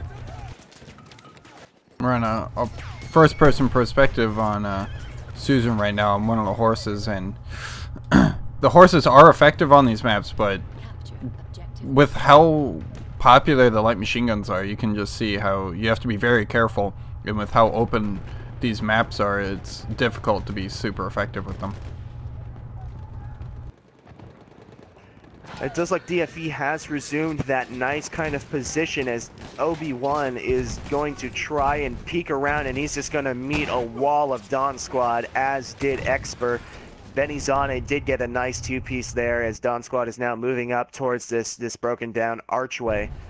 They do have the position, and Dawn Squad only has one player there. That's Mo D. Envious Mark is coming in as well. Mo D does get a spawn in him. That's Expert spawning back in. But Dawn Squad is all over this right now. And just like DFE does have a bit of a flank, oh, it looks like they're heading more towards the canyon, trying to get a spot as Telfer's going to come behind. Does take one, but that's going to be traded up pretty quickly, and Big Smoke's going to get a revive there. Maybe not. I don't know. It looks like he's going away from the revive. Maybe his teammate fell down, and yes, he did. It's just a little bit of a glitch on our part. Big Smoke is coming behind Dawn Squad here, but he is going to be taken out by Eric with a C. Eric with a C. And Dawn Squad does have their tank back up. They're using a Spotting Saint Juan that I recommended they would use. And Dawn Squad looks like they're in great position right now. They did just capture the flag, and DFE is kind of in a precarious position with their little squad that they've got going on over here, because it is a good position, but with how Dawn Squad is attacking from multiple directions, I think that oh wow, someone got taken out by mines. Dawn Squad's tank was just taken out by mines. Someone sneaked up behind him and tossed those out at him, and we have DFE managed to flip his tank again. Again. So as soon as they manage to get a tank advantage, he is stuck.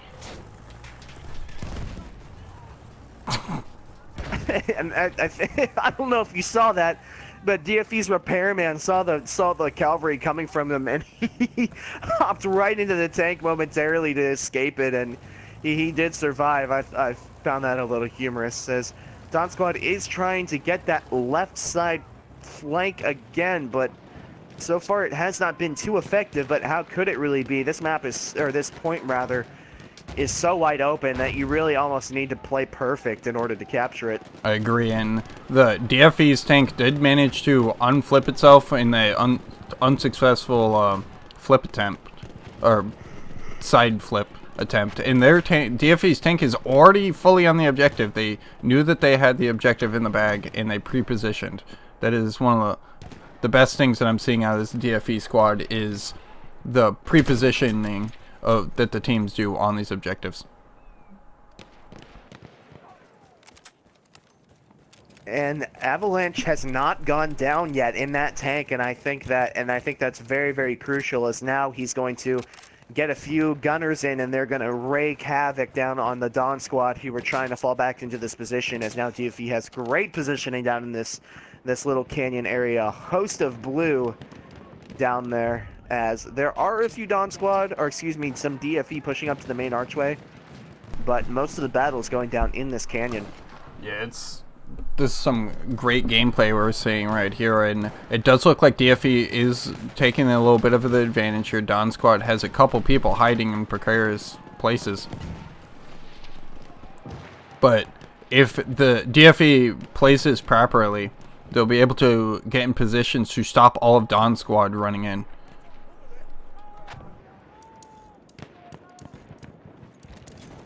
Spaghetti Hero getting a nice slew of kills with the Farquad there. And I'm on Rising right now, and as you can see, this is showcasing how important the snipers are in this map, because with proper positioning of their snipers, they get to spot all of the players running in and just highlight everyone for the rest of their team.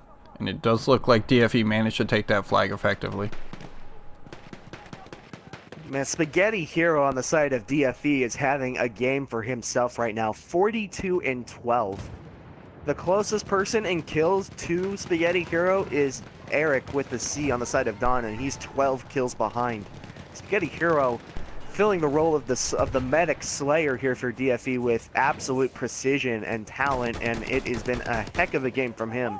So either way this match goes, he himself should not hang his head either high or low if they end up losing this. Yeah, definitely. I'm currently spectating Eric with a C, and as you can see, he has some really good positioning. Right as I say that, he almost got run over by a tank, but ended up getting taken out by a grenade.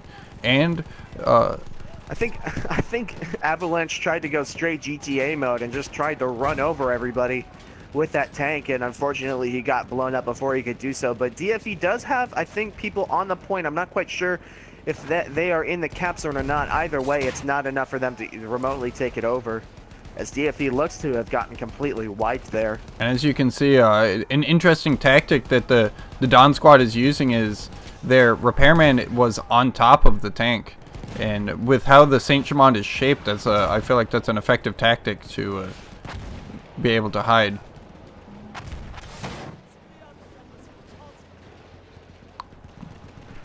But with the spotting... About 20... I was going to say, with the spotting Saint Chamond, with the angle that he's looking down with, as soon as he pulls out that spot flare, or the spotting scope, it just highlights all of the DFE trying to come down this long tunnel. Plus, it comes with a light machine gun attached as well, so once you do run out of ammo with the main cannon, you are still an effective tool, and you don't have to run away like some of the other tank variants in this game has to do. TNT Grenadier getting a nice 3-piece with the lapel there, I believe. Yeah, that's just highlighting how important the scout play is on this map and how effective they can be. I keep glancing over to the kill feed, and there's just sniper kill after sniper kill after sniper kill. It's practically every time it refreshes, it's more tanks. And someone did just get meleeed. Telfer did manage to melee Phoenix Ghost as he's running into the tank. I think the sniper advantage definitely goes to the side of DFE here. TNT Grenadier 32-5 with the sniper rifle, as well as Rising, who is also 31-13. TNT running the Lebel and Rising running the SMLE carbine, if I'm not mistaken. But they definitely have had the sniper advantage thus far in the game, as it looks like K-Pope is going to try and get his guys on the objective, but he's in a very precarious situation, and all it takes is a AT rocket and a dynamite to take him out for good. As DFE the Foxes, he might have just placed AT mines behind K-Pope. I'm not There quite is sure. some AT mines. He did. And we're taking a super close look. So when that tank backs man. up, he's... If that tank backs up, it's going to take a huge hit. Or if someone throws a grenade and blows it up, there's one on the side, one behind, and I think that's it. Boom! There goes the AT mines. Wow. And what a great... I think Daz is still repairing his tank. Like, yo, what happened? You were live a second ago. What a fantastic play on the side of the Fox for DFE there. I can't even imagine. I can't even imagine what's going through the mind of the tanker, especially with the proximity of the mines, with the repairman right there. He was probably like, you're 2 feet behind, or not even 2 feet, attached to my tank, and you even see these mines. So I couldn't even imagine. Yeah, I don't know how that they didn't really spot the mines to begin with. The Spaghetti Hero with the Cavalry class getting way behind Dawn Squad here. Susan Boyle's Toes is with him, but 2 people isn't going to be enough unless he's very, very sneaky about this, very, very careful. He does get another spawn. Nelspit spawns. He has a walking 3-piece right in front of him. He sets one. He gets one with the Hellregal. He's trying to get another one. And inaccuracy is going to pay for him, as Nelspit only gets one, and he did have a nice bit of Dawn Squad in front of him, but he just wasn't able to capitalize there. And they have a great flank opportunity with DFE Spaghetti Hero back here that I'm spectating on, and he does have the Russian cavalry sniper rifle, which does have it does look. A fun fact about it is it acts the same exact fire rate as a Russian trench, but it does have a extended damage range. A little fun fact for the gun there. And now DFE's pre-positioning for the next flag already. We're seeing a lot of that in this match. The pre-positioning by both teams.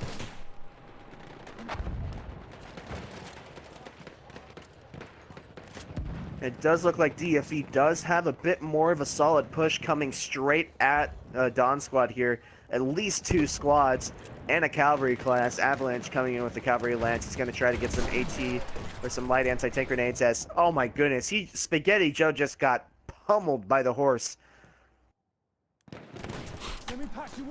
And it is interesting to see.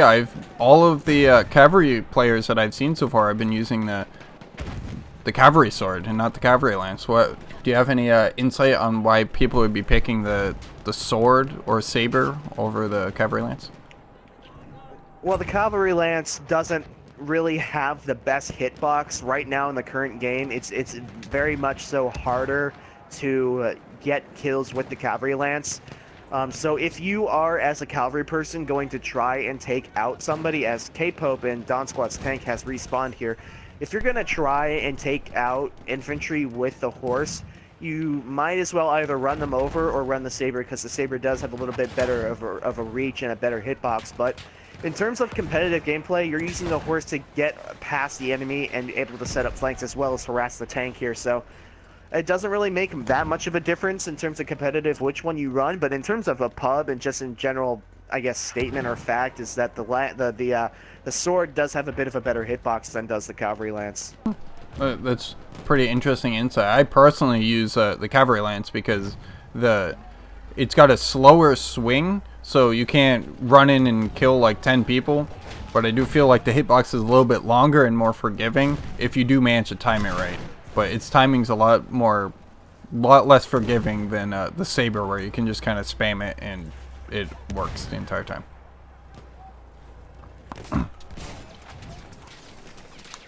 And it looks like K-Pope is in a bit of trouble. He is smoking and on fire. Susan Boyle trying to get an AT rocket from behind, but he is cleaned up by Kim San there.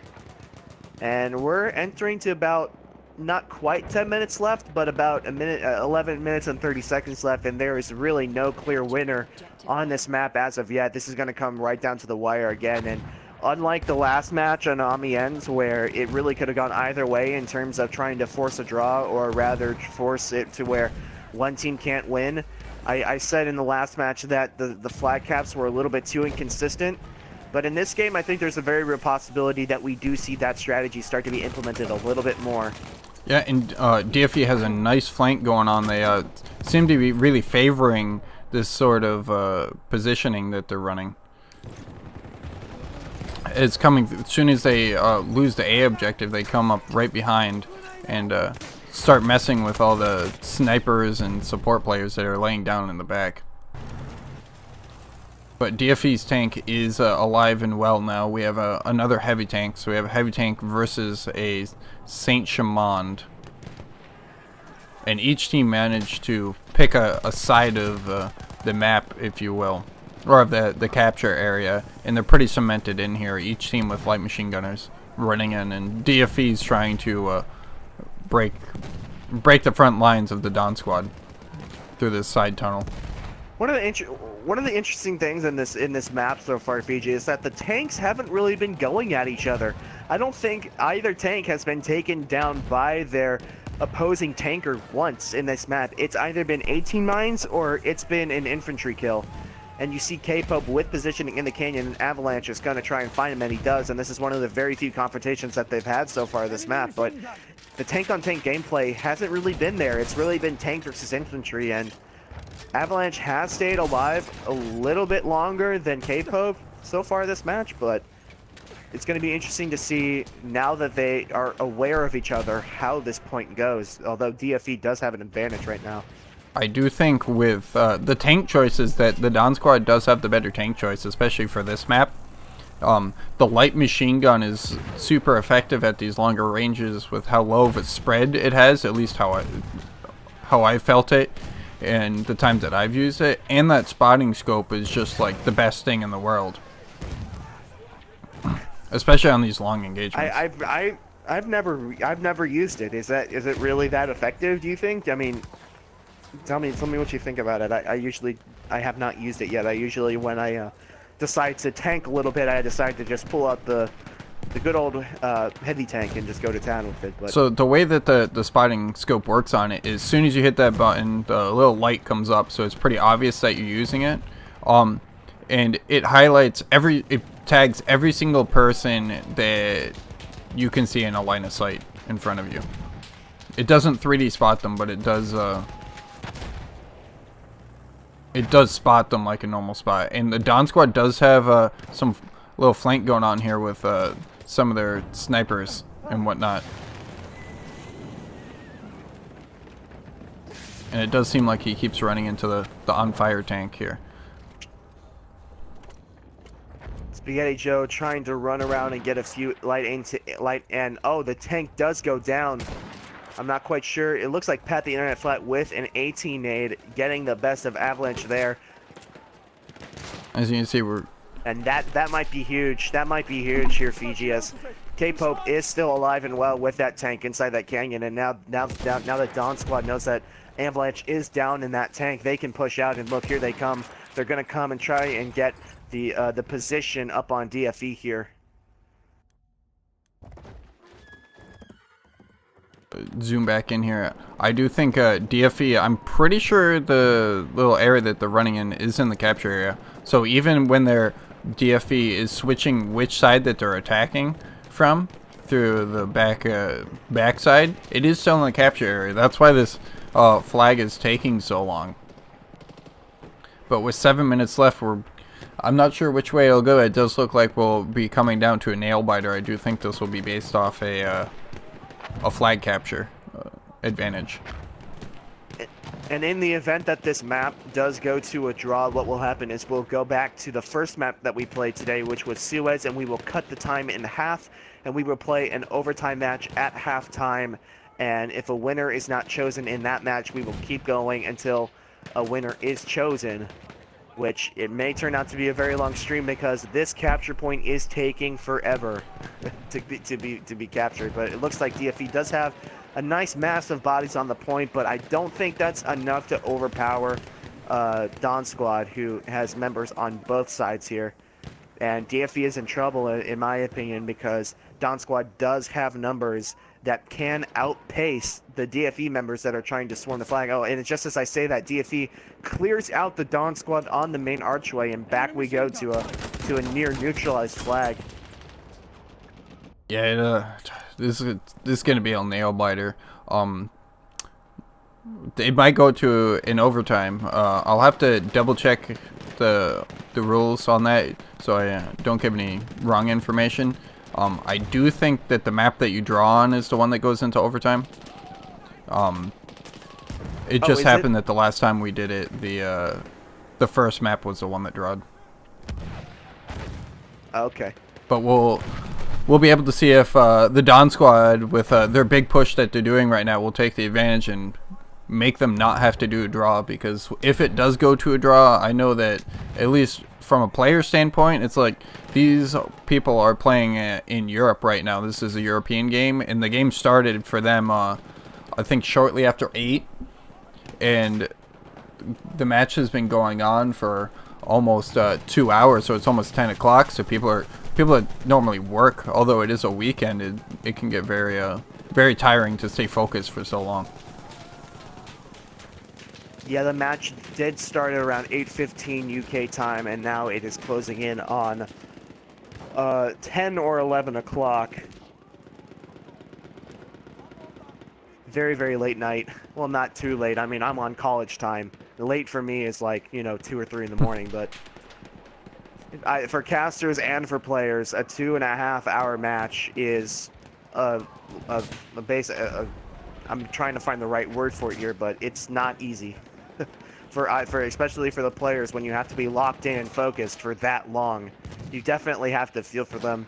You definitely have to commend their resilience here in making this final match very, very difficult. And Dawn Squad has pushed DFE back here to the Ruins objective, but it doesn't look like Dawn Squad is really anywhere close to making a push on it. Yeah, I do think that the opportunity that they have right now with having the flag advantage right now with 4 minutes left is they really need to push this. Although I can see how they're hesitant because they don't want to lose, but I do think they should play this much more aggressively. And right as I say that, they make a massive push through with the cover of smoke with their assault tank.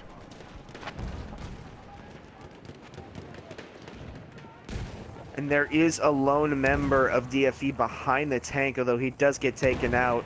Goose Bang Bang does take out the Fox, preventing any spawns from behind. And I don't really...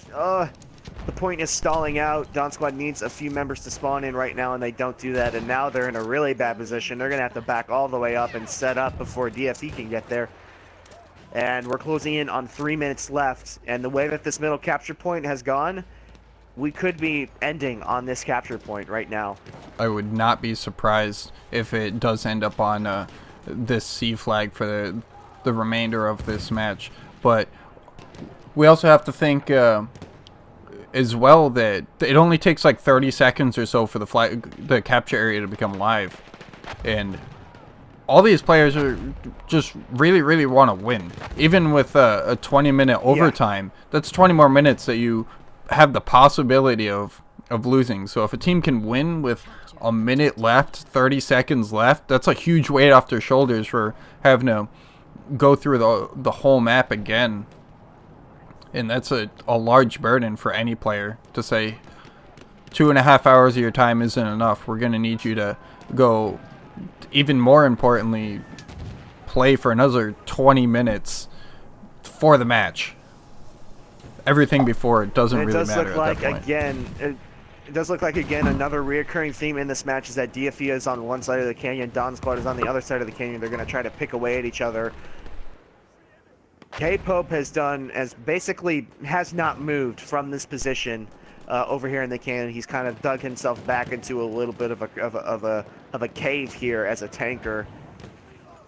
It does look like DFE does have the man advantage right now, but I think that DFE's tank is going to have to get a little bit of aggressive and take out some of those infantry members, even sacrifice himself if he needs to be able to get DFE this point in time. They have about 1 minute and 30 to do so, but Dawn Squad does have numbers back in that canyon, so we'll have to see what they do. Just taking a quick look at the tabletop, you can see the positioning of both teams. We have a lot of DFE on this outside bridge part of the canyon, and then all of the Dawn Squad is inside the capture area where the sentry would spawn. And it does look like DFE is losing the flank battle here. We have one member from the Dawn Squad running up the back, and the second he runs there, the DFE has great placement of light machine gunners. They're already pre-prepared. We have DFE Envious Mark just staring at the back, preventing any flanks. But with 45 seconds left, the DFE does have the spawn advantage, and the kill feed is very much in their favor. I do think they have the possibility of pulling this off. We're going to see some squad switching. I wouldn't be surprised. I'll close both sides. If a squad does get wiped, they'll start doing squad hopping to get squad members squad spawned on the objectives so they don't lose with 20 seconds left. Oh, and back down the cap goes to neutral. And here it's going. It's going to be another close finish. Lunch is saying, yeah, I'm going to have to get in there. He's going to try and get his gunner position and put some shots on the infantry. And it looks like they are all scrambling away as now K-Pope is getting into the mix as well. He's bringing up that spotting tool on the Saint-Chamond. And we are headed to overtime here. This match is a draw, and we will be replaying this match at halftime to try to determine a winner. That was a very back and forth match. And it hurts me to say because it's exhausting for players and casters alike, but we might not find a winner for a while here. Alright, so I'm just going to get in contact with both of the team leaders just so we have the proper information conveyed to both teams. And we'll just have to set up the server a little bit. That might take a couple minutes because it is a very uncommon occurrence, although recently with how evenly matched each team is, we've been having this happen more. We are going to be talking to every player, or every leader, to make sure we're on the same page to play this map again. Just an incredible game by Spaghetti Hero, 71-27. That's incredible. It's a lot of kills to put up on the board. And I think DFE's snipers were inevitably what was able to not necessarily win them the match, but prevent them from losing it. Their sniper gameplay was very good. But you have to commend Dawn Squad as well. They were able to rebound up early from losing that first flag, and they were able to push DFE back as well. So these two teams, these two heavyweights, these two European heavyweights will be going at it in an overtime match here. And as soon as we, excuse me, get into contact with both teams, we will restart the map and get this overtime period underway.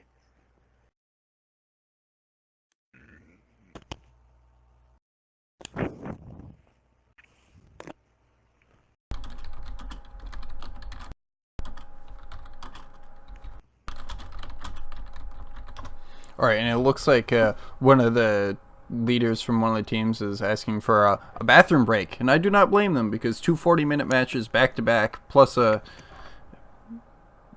like 20. I think I'm not sure how long the first map went. I think it went to time as well. It's super long games, so it's understandable that people want to go to the bathroom and stuff. Talk about a bathroom break. How about a nap? These players must be absolutely exhausted, especially now that it's getting into the later night for them.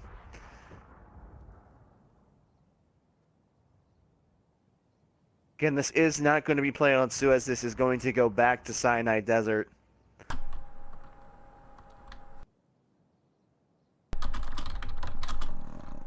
All right, I'm just in communication with both of the team leaders.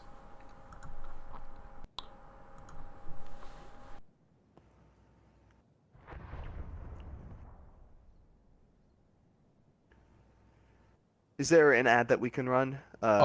Yes, I can run an incursions trailer, so we can have a little bit of time to step away. Yeah, selfishly need a little bit of a break ourselves. We'll be All back. right, thank you guys.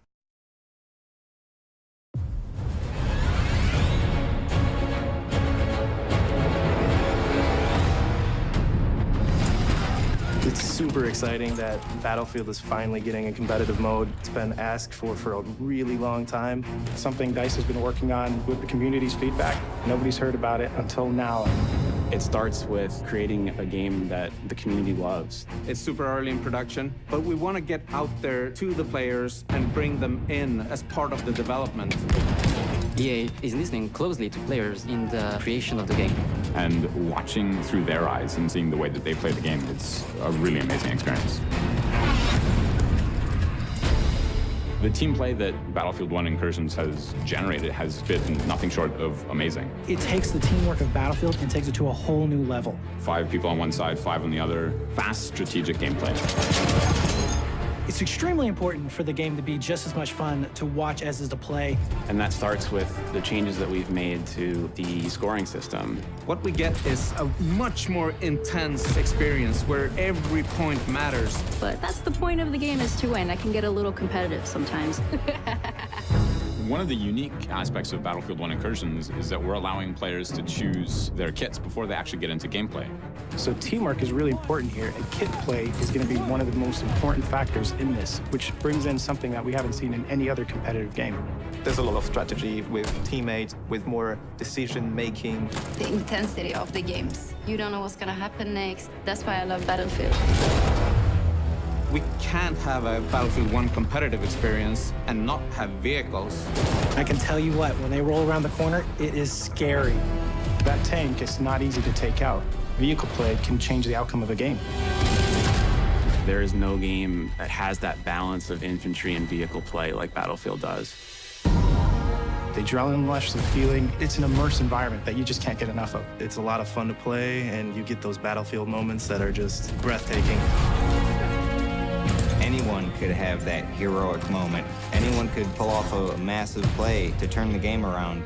And that adrenaline feeling that you get is incredible. I'm really looking forward to seeing this out in the wild.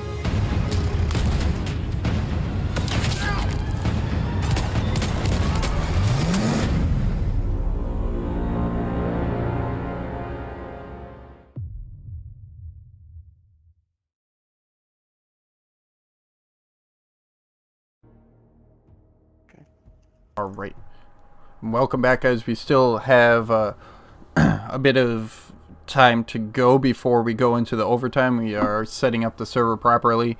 For the overtime, we had to convey the proper settings that are required for this because most people are unfamiliar. Most people do know the standard rule set for the servers because most teams have to either rent a server or we provide a server for them, and in this case they're using one of their own servers because it's easier, because they don't have to ask for an outside admin to come in and fix everything. But we're currently having them run in and change all the settings to get it proper, and everyone's gonna probably go take a little break and grab themselves like a cookie or another drink for the next match, because we're definitely in for a I would assume a very long match. I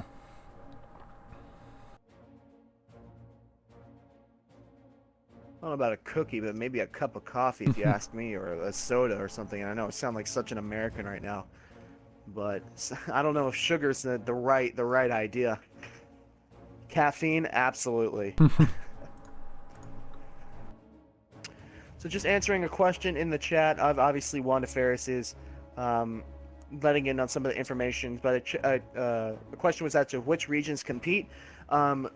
There are North American teams, European teams, African teams, and a few Oceania teams, although there weren't enough Oceania teams to be able to compete in the round-robin style. I do believe some Oceania teams are just waiting for the World Series in order to compete. But me, myself, and Fiji, we are members of, respectively, I'm a member of WHAM, and Fiji is a member of Triple V, and we are in American platoons and part of the North American bracket. That has been very, very exciting and very, very highly contested so far. But these two teams, DFE and Dawn Squad, are part of the European bracket.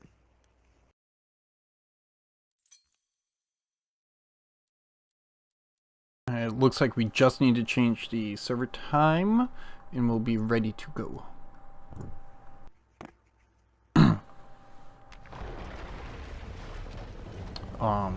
And of course, yes, and Seeker, we cannot forget about Africa. Great African teams. Alright, looks like we're having some issues setting the new time limit on this server.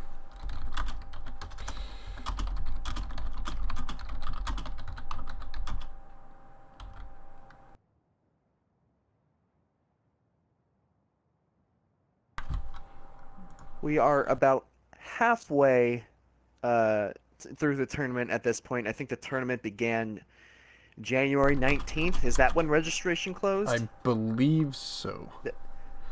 That date sounds correct to me. So we are about a month and a quarter through the way of the tournament, and I'm not quite sure when the deadline for the matches to be completed are. That deadline might actually be moved back a little bit if I recall, but we are about halfway through the tournament, so soon we're going to have some high-profile matches. A lot of the heavy-hitting, the higher teams in Tier 1 in their respective brackets are going to be facing off against each other, and we're going to have a lot of great matches coming your way. Fiji's going to be playing in some of them. I'm going to be playing in some of them. And it's going to be an exciting time here in Tier 1, and we all could not be more excited.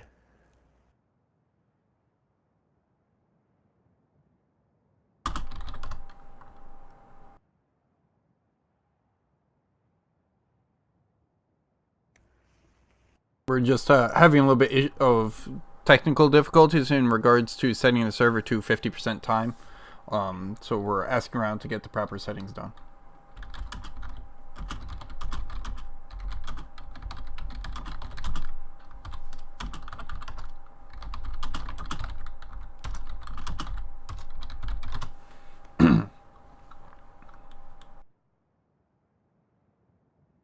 So if there's a bunch of Discord bing bongs and stuff, that's me communicating to the other teams on how to set this up properly. What were they called? Bing bongs. Yeah. Is that what you said? It's Discord bing bongs. Bing bongs, okay.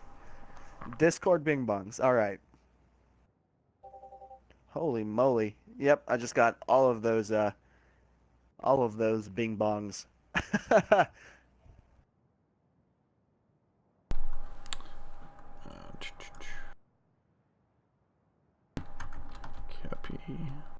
I believe they need to have an admin come in and, or at least it's not the admin, the server creator and owner come in and change it.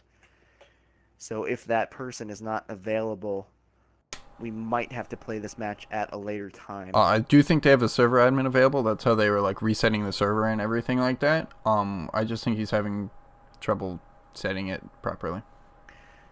Yeah, I'm just not quite sure whether the server admin has the ability to cut it to halftime, or otherwise it's got to be the owner of the server.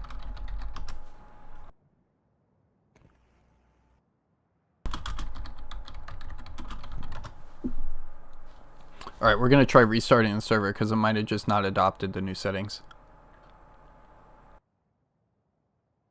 Is this considered to be the esports of Battlefield? I do believe so. We are not the only league out there, but we are one of the biggest. Yeah, plus we get cool casts with interesting perspectives and production value and the best casters and the best casters in the business, Mini Fiji and Catalyst.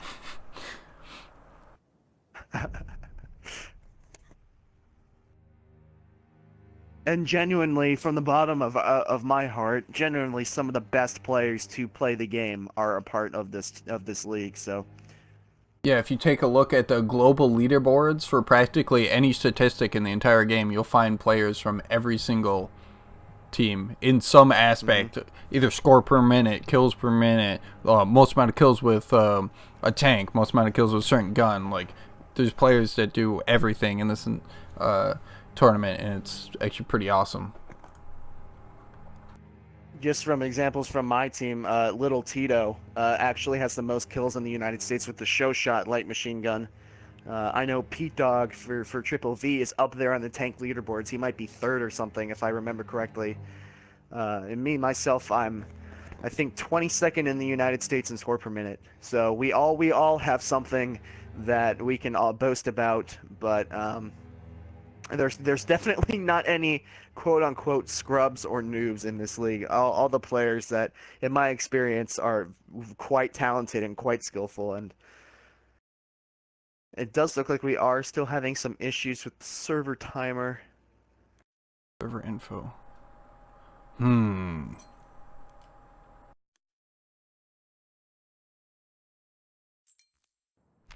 Interesting. And Seeker, who is another amazing caster, upset with my comment. Okay, it does look like both teams are going to be exiting the server, and I'm going to have to do that as well. To be able to mess with their settings. I will have to exit as well. So. Of course, I don't want to forget the lovely End Seeker.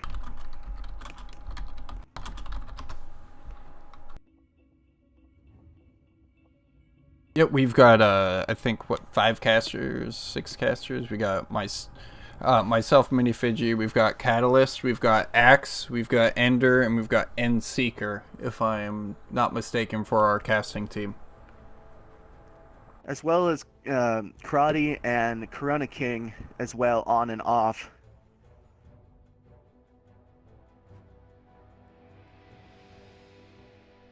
But we're the best. Just saying. Throwing some shots out there to Ender and Endseeker, who I know are in the chat watching. Of course, we love both of them. Very, very, very, very good casters in their own right. Ender, the wonderful creator of Tier 1.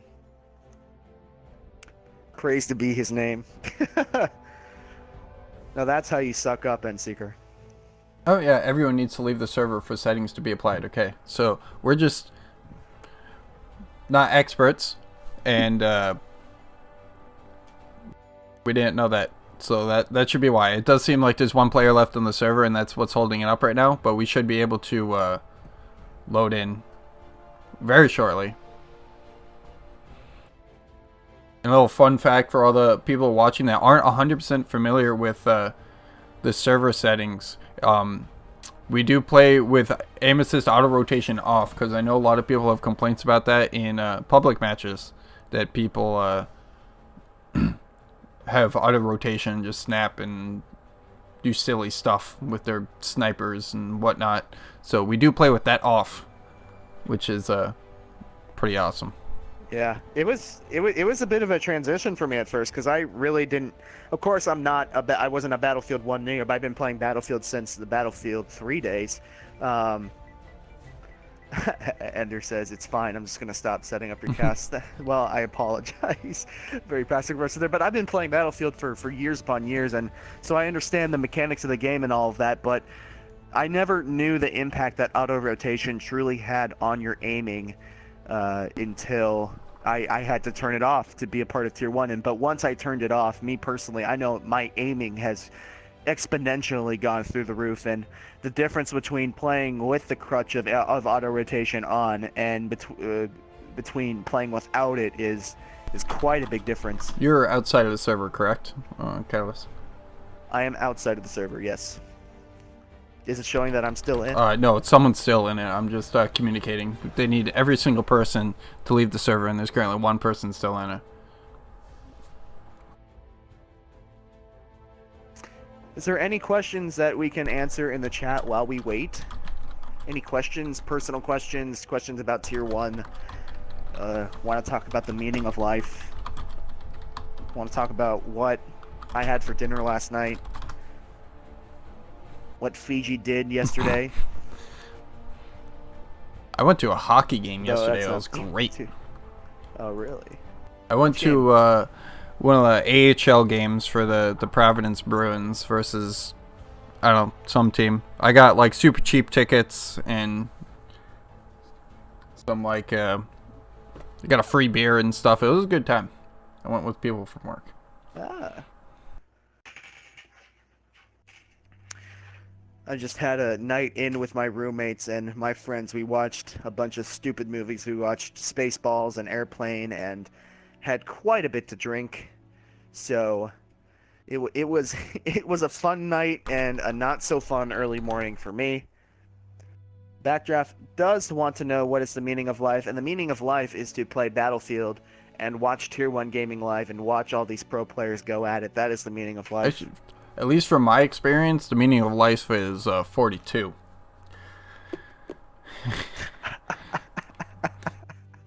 Oh my goodness. Thoughts on the new maps? Quite personally, I don't quite like Passchendaele. I have not played on Caporetto though, but I don't like Passchendaele, although it looks really cool. It really goes against my playstyle, so that's just a personal dig, I suppose, in terms of my view on it. I like the River Somme, and I assume that I would like Caporetto. I have not played any of the aerosol maps either.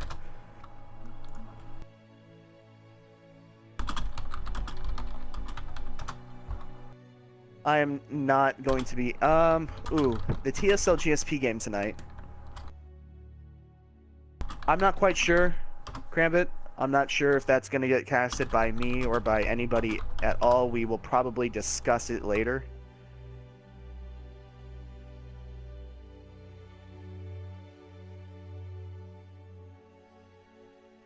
Okay, apparently they fixed your stuff.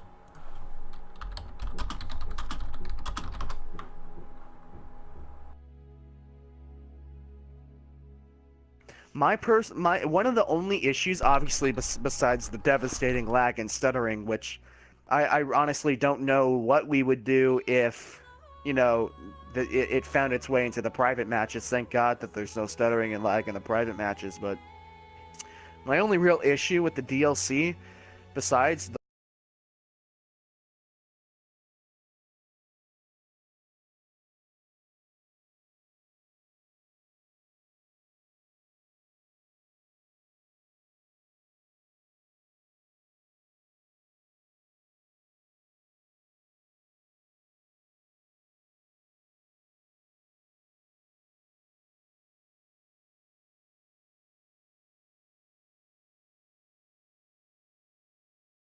Alright, so we're currently, I think the server should be coming back up. Unless they change the name of it. I just have the screen shut off right now because it is a password protected server.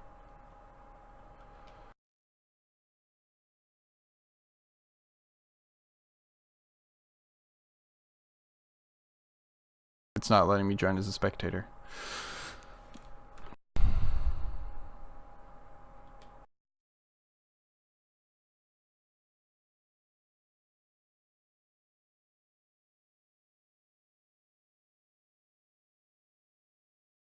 I got it. I did it through friend.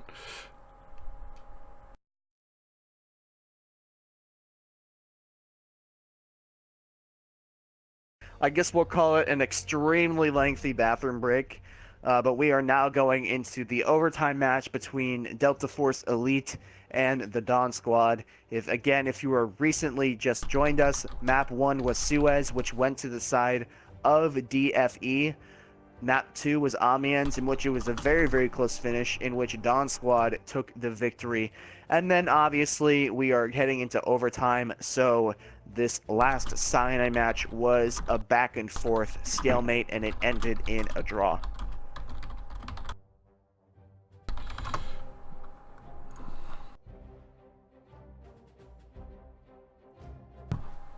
Alright, so, sorry to, I'm, taking a step back here, making sure everyone has the proper information to set up the server. We do have the 52% round time limit. I learned something today. Everyone needs to leave the server to take those into effect.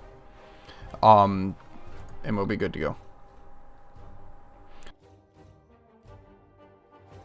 What is the meaning of life? Somebody asked. The meaning of life is leaving the server to make sure the proper effects go into place. That is the meaning of life.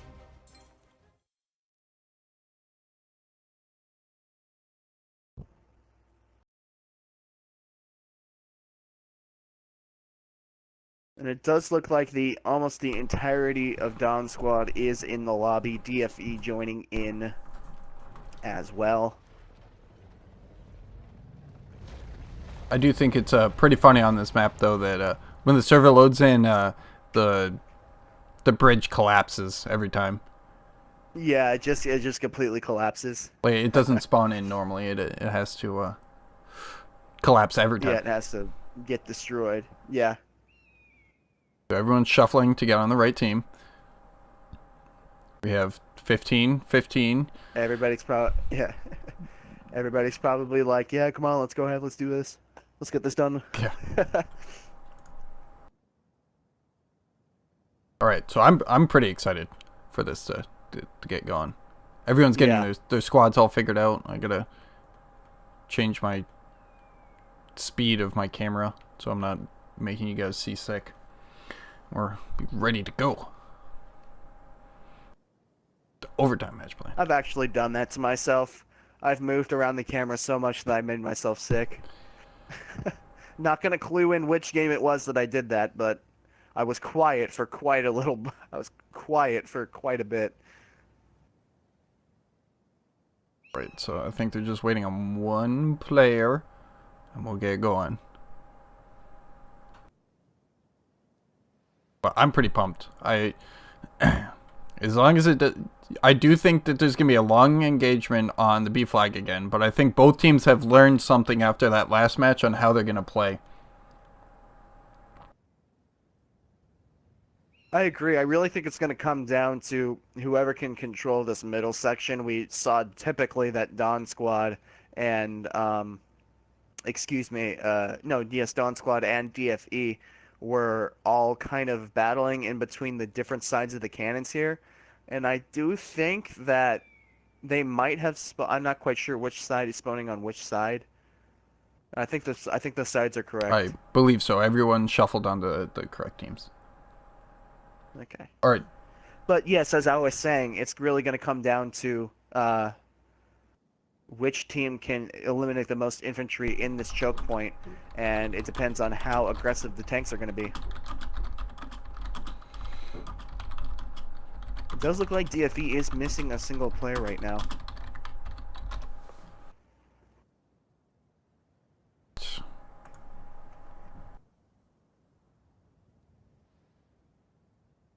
All right, and it looks like they are going to be going at the 15-minute mark. Okay. Let's hope that DFE can get their final member in before the match begins. Yeah, it'll be pretty important. But I'm pretty pumped. The spawn time is going to be 15 minutes. Sorry, I misinterpreted your question in chat. Especially, I think the importance of having that extra member, especially on this middle point. We saw a lot of times the first time that these teams played this map is that one man can really make the difference in neutralizing a flag or keeping it to in your team's advantage.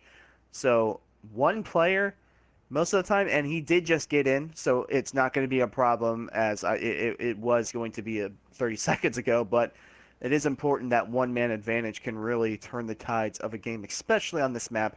Not so much on other maps because you have obviously a little bit more cover and smaller cap radiuses, but DFE's got to be very thankful that they are not playing with a man down here. So we have 1 minute and 30 seconds left before this overtime period is going to begin. So do you have any guess on which team will take it in this overtime, or do you think it'll push into a second overtime? I have, for my mental health and my mental stability, I hope that a team winner is determined here. I just don't know. I don't know who that's going to be. Yeah, it's really pretty don't. back and forth. It does seem like the A flag and the C flag are like they get captured like almost instantaneously by the defending team, and it always ends up who's capturing B. So I think whoever captures B closer to the end of the round will probably take it if they time it correctly. Yeah, I think so. I think it's going to come down to that strategy that you just mentioned, but you got to believe that these teams are going to probably be a little bit more aggressive and try to push out and get that cap before and get that momentum before the other team can rebound. As we're going to 20 seconds before our kickoff here. Kickoff like it's a football game, but you know what I meant. Yeah, I think it's going to be great. I do think the aggressiveness of each team, especially if a team's going to be a little bit behind, is going to skyrocket as soon as it gets close to sub 3 minutes. All right, and we have both teams spawned in. And we have one guy that's apparently on fire and screaming ridiculously loud. Wow. What do you think, chat? How excited are you for this final overtime match? We are excited. Again, he is Mini Fiji, I am Catalyst, and this is DFE versus Dawn Squad overtime period number 1. So it does look like both. And it does look. Go ahead. I was going to say the same exact thing. It does look like both Dawn Squad and DFE are pushing in this little caved-in area, and one team is using a mortars, but based on the kill feed, DFE is getting a strong advantage.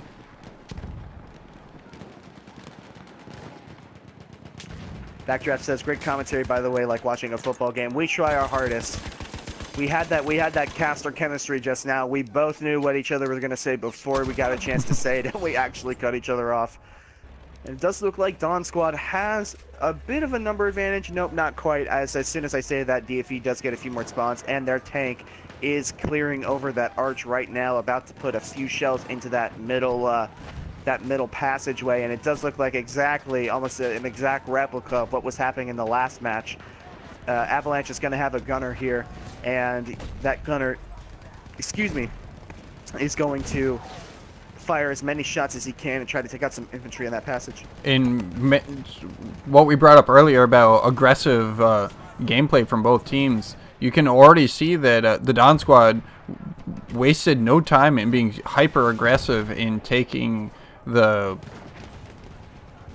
I'm not sure the side that all the Dawn Squad's on. I'm not sure what a good term is to call it, but we're going into pretty much exactly what happened last round. Is DFE has the outskirts on the bridge side, and the Dawn Squad has the caved inside the cave side. But as you can see, that it's pretty interesting. DFE's Avalanche, he has a gunner with the HE rounds being super effective onto the B flag, while the driver is shooting towards the A flag, if I'm not mistaken, or one of the flags. Yeah, I think Avalanche was already trying to think ahead, trying to get rid of all the cover on that A point that might have been holding them up before, and now There's a bunch of smoke on the passage as Avalanche and his gunner move up just a bit. But it's kind of interesting, Fiji. You don't see any of these teams trying to give up ground all that easily, and I thought they would be a little bit more aggressive, and I have been proven wrong as both teams have been reserved to their separate sides of this capture point, and they are just trying to pick each other off.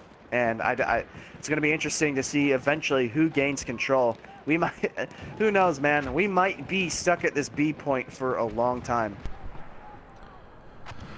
Yeah, it could be. It's definitely infantry. Both teams are like cemented in here. We're gonna have to see how effective the flanks are. I'm gonna zoom out a ton to get around this mountain here, and they've been sending onesie twosies for the flanks here. And depending on the positioning of DFE at least what we saw in the last round was amazing positioning. Watching their flanks.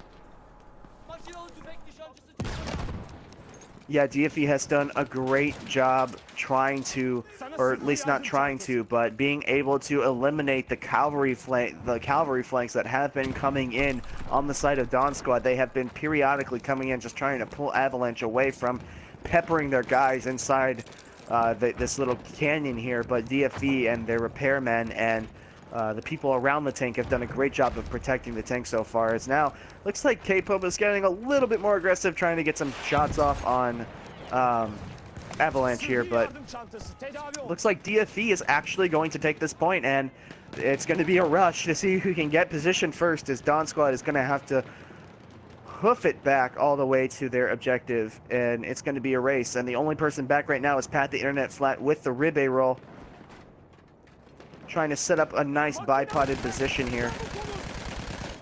He's able to take out one. That was Susan Boyle's toes that got taken out there. Pat just took out another one. He took that Expert, and he is still there, although now he's being peppered by Avalanche in that tank, and he's going to have to kind of hug the corner, so to speak. And I do like the positioning that DFE is using. They're going up through the city to be able to get behind and push their tanker back. If they are successful in their attack, they'll be able to come up the side and mess up all the light machine gunners and be able to drop a dynamite onto their the tanker of the opposing team.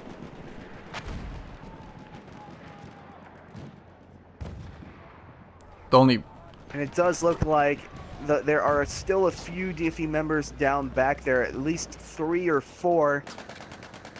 And there are some Dawn Squad members trying to find him, but P-Double is dangerously close to that tank, and Razor's going to try and get up. He does find Fox. I don't think Razor saw P-Double, and he didn't. P-Double is still around there. I think he might have just seen Pat the Internet Flat, or Pat Internet Flat just run past him. And he's using the Shawshat here. I can't imagine him sitting right there and wanting to get a higher capacity ammo gun. I don't know how Dawn Squad personally didn't see him there.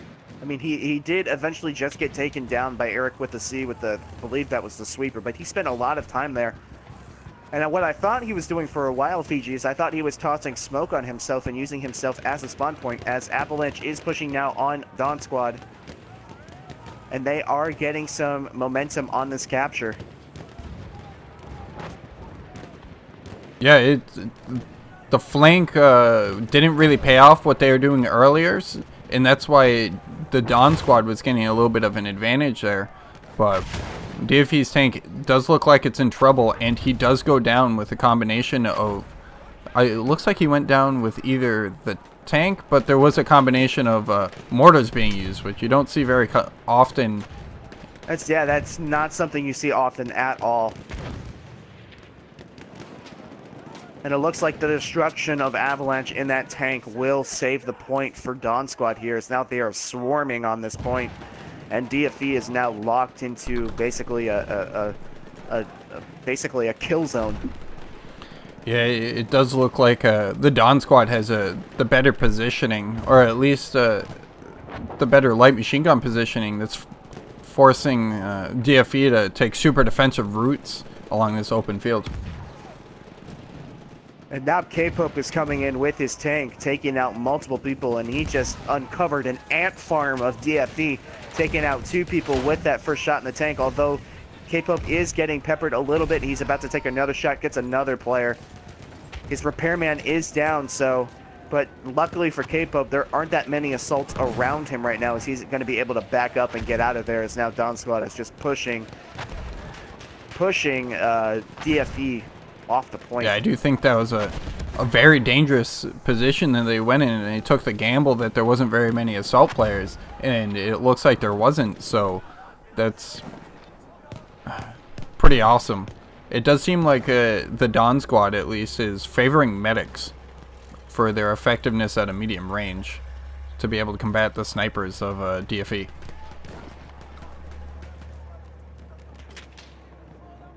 I think especially if you're using the new, sorry, I just yawned there a little bit. Not that this is boring, I'm just very tired. But I think the use of the new Howl medic rifle, especially with that bipod, it can be very, very, very deadly to snipers at long range. It's not the most accurate thing in the world, but the rate of fire does put a hurting on those snipers. If you do use it correctly, especially with the bipod, it makes it an absolute laser. Another option, Set Splatter Marksman is a very, very high-powered, very good medium to long-range weapon, as well as the Mondragon Sniper, also very popular, I think, for this map. So I think you're correct, Fiji, when you said that Dawn is really favoring the medic in that medium-range gameplay. But will it be enough to capture this point on DFE, who right now does have an advantage? And a little bit of a change from the last time they were on this point. K-Pope, instead of being in that cavern, he is out on the side of the archway here, which is usually where Avalanche would be. So it's going to be interesting to see if he stays there and what damage he can do while he is there. He doesn't have a repairman on him, however. They're probably feeling the pressure because there is only 5 minutes left. So we have to remember that the tank respawn times is about 5 minutes for each one. So, I mean, not 5 minutes, 3 minutes for the tank respawns. So, if the tank goes down with less than 3 minutes left, that's it. No more tank. The entire game will rely on infantry. So we have to be mindful of that's a very good their point. tank. The tank advantage will be massive, especially with the Dawn Squad taking the lead here.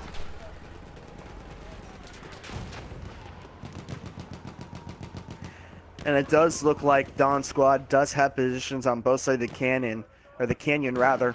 And whenever Dawn Squad has been able to take over this B objective, it has been because they have controlled both sides of the canyon. Avalanche has respawned in that tank.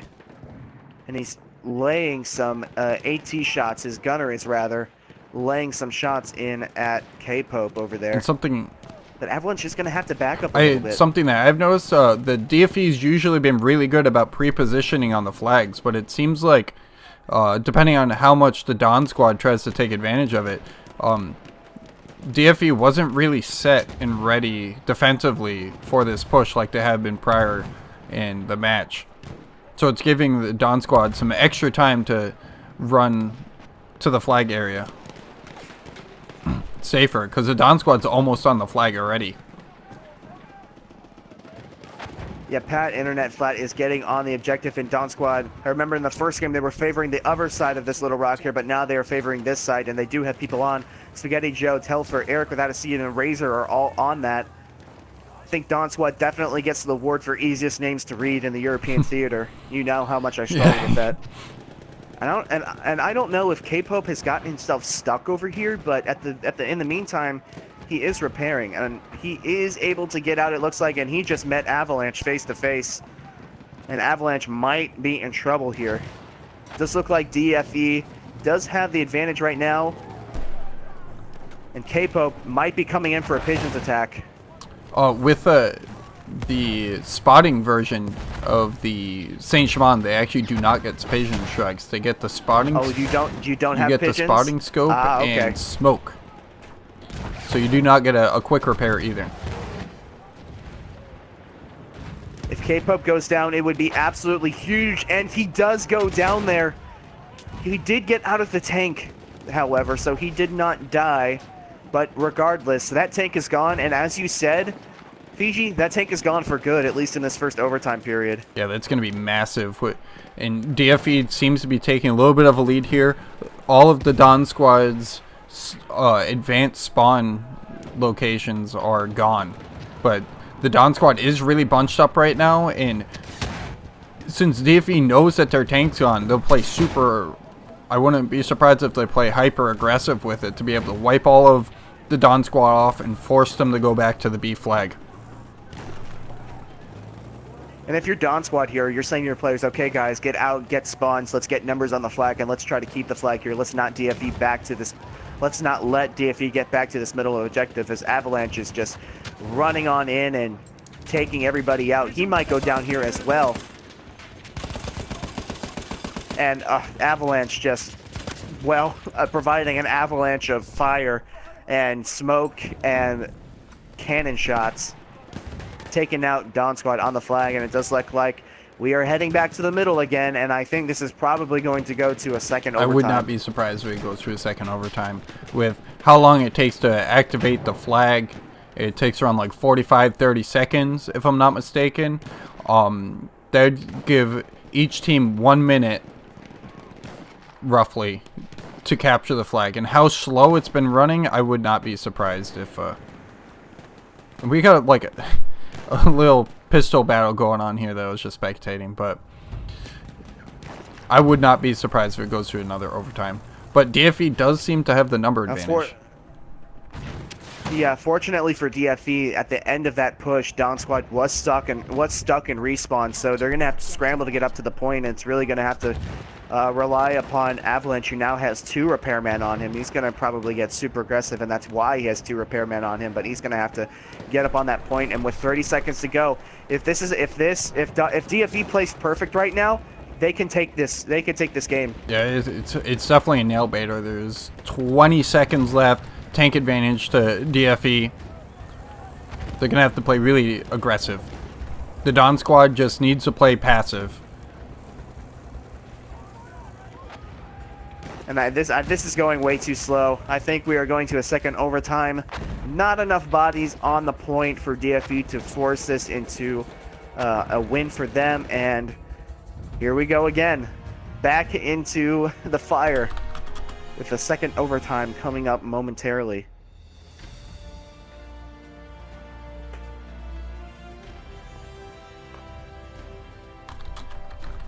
We tend to get the longer matches, don't we, Fiji? We might end up breaking the record of longest match in Tier 1 gaming history. What is it, 5 hours, I believe? I don't think it'll get to that extreme, but we shall see.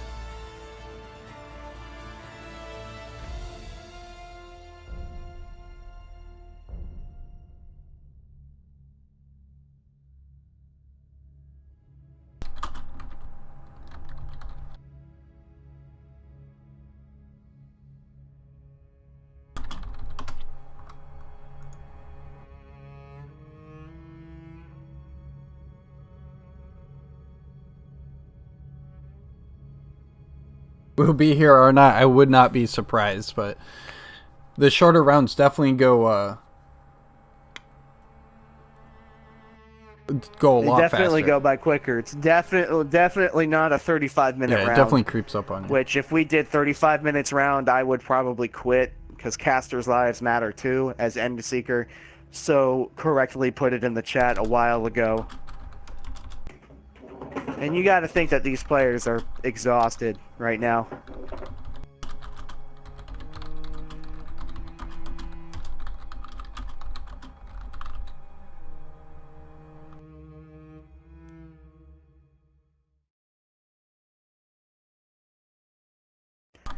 And we are back here again. Man, it was just like we were just here, Fiji. Seems like we were just on Sinai Desert. Oh, wait. Overtime period number 2. And we get to see the lovely arch of Sinai breaking down in all its glory once more. I definitely think that's one of the funnier things in this game, is to have that thing just break every time. If you want to talk about funny things, though, I don't think I'm ever going to forget DFE's tank, or maybe it was Dawn Squad's tank. Somebody's tank was rolled over the bridge on Amiens in like a Fast and Furious movie stunt, and the other tank came soaring off the bridge and took him out. That was incredible.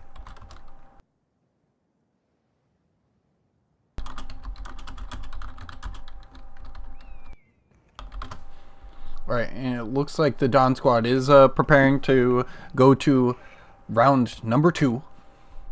We should have done that more of an announcer voice instead of some weird voice, but... Round number 2! I'm Bruce Buffer. It's... And I can't scream because I don't want to completely obliterate the eardrums of our audience that have been so faithfully sticking through this long and very highly contested match, but it's time, hopefully. Yeah, I don't have a compressor set up properly yet, so sadly can't yell, and it would just destroy everyone's ears, but... Yeah, we're in for a treat. I'm just waiting on the word for the start time.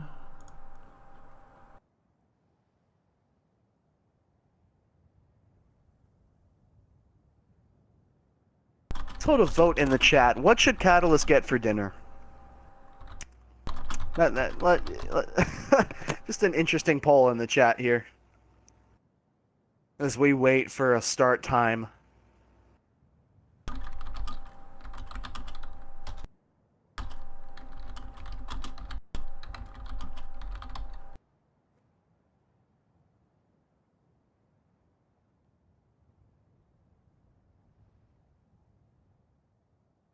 Alrighty. I am pretty pumped for round number 2 of overtime. Good thing I have a large block of time to cast this. I know a lot of these people are playing pretty late, and this is turning into a massive game of attrition at this point. Yeah, absolutely. It is now entering towards midnight over there across the pond. Now we have votes for deep fried chicken. That's an inside joke that I'm not going to comment on. I don't think fried chicken's the way to go tonight. We have a vote for pizza rolls or ramen, and I don't know. I was feeling a burrito, perhaps. Burrito is pretty good. The best thing to do when they finish making your burrito, they have to say it's a wrap.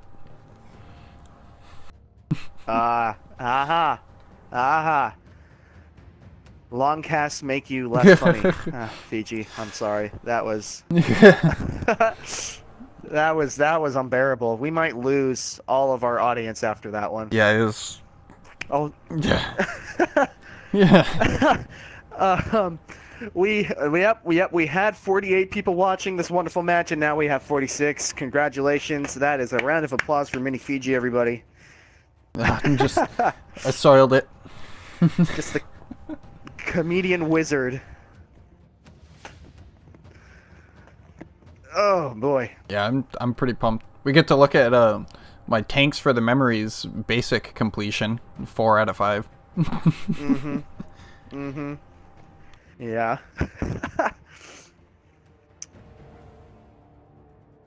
But yep. Well, so okay, more Sinai Desert. Maybe we'll be able to see. What do you think the chances are that we'll see the telegraphs this time? Telegraphs? I don't know. If DFE, I think DFE had a great sense of pressure. They just got a little bit too aggressive in that sense, and I think they possibly could have made it to Dawn Squad's MCOMs, but I think I literally think there's very little chance that we see MCOMs. I think it's going to come down to a situation in which a team captures a flag without giving the opponent enough time to capture back, and that's how this game's going to end. Yeah, I do agree. That's definitely a high possibility that it does end up ending with just a flag capture advantage. And it's like we're on the beta of the game again. It's Sinai Desert and Sinai Desert exclusively here. Yeah, I mean, afterwards, I wouldn't be surprised if either of these teams vote for this map, because they're going to be the only 2 teams in the entire league that actually have played this map extensively. Oh yeah, no. This is the product of the random map generator in the Tier 1 Discord. This is not by the wanting of either of these teams to play this map. And quite honestly, if I were a member of DFE and Dawn Squad, I wouldn't want to play Sinai Desert ever again after tonight. A lot of Sinai Desert has been played in the past couple hours. Yeah, it's definitely I can't even imagine how the players are feeling. They're probably like, I have to keep trying to play at a extremely high level for multiple hours. I know when I'm playing a pub and I run into someone that's good, it's like, oh, now I have to really try, and it's a lot of effort, let alone do it for multiple hours. Yep, bring out the Mountain Dew and the Doritos and the G Fuel. You got to keep yourself in tip-top gamer shape. Maybe even a beer at this point in the night.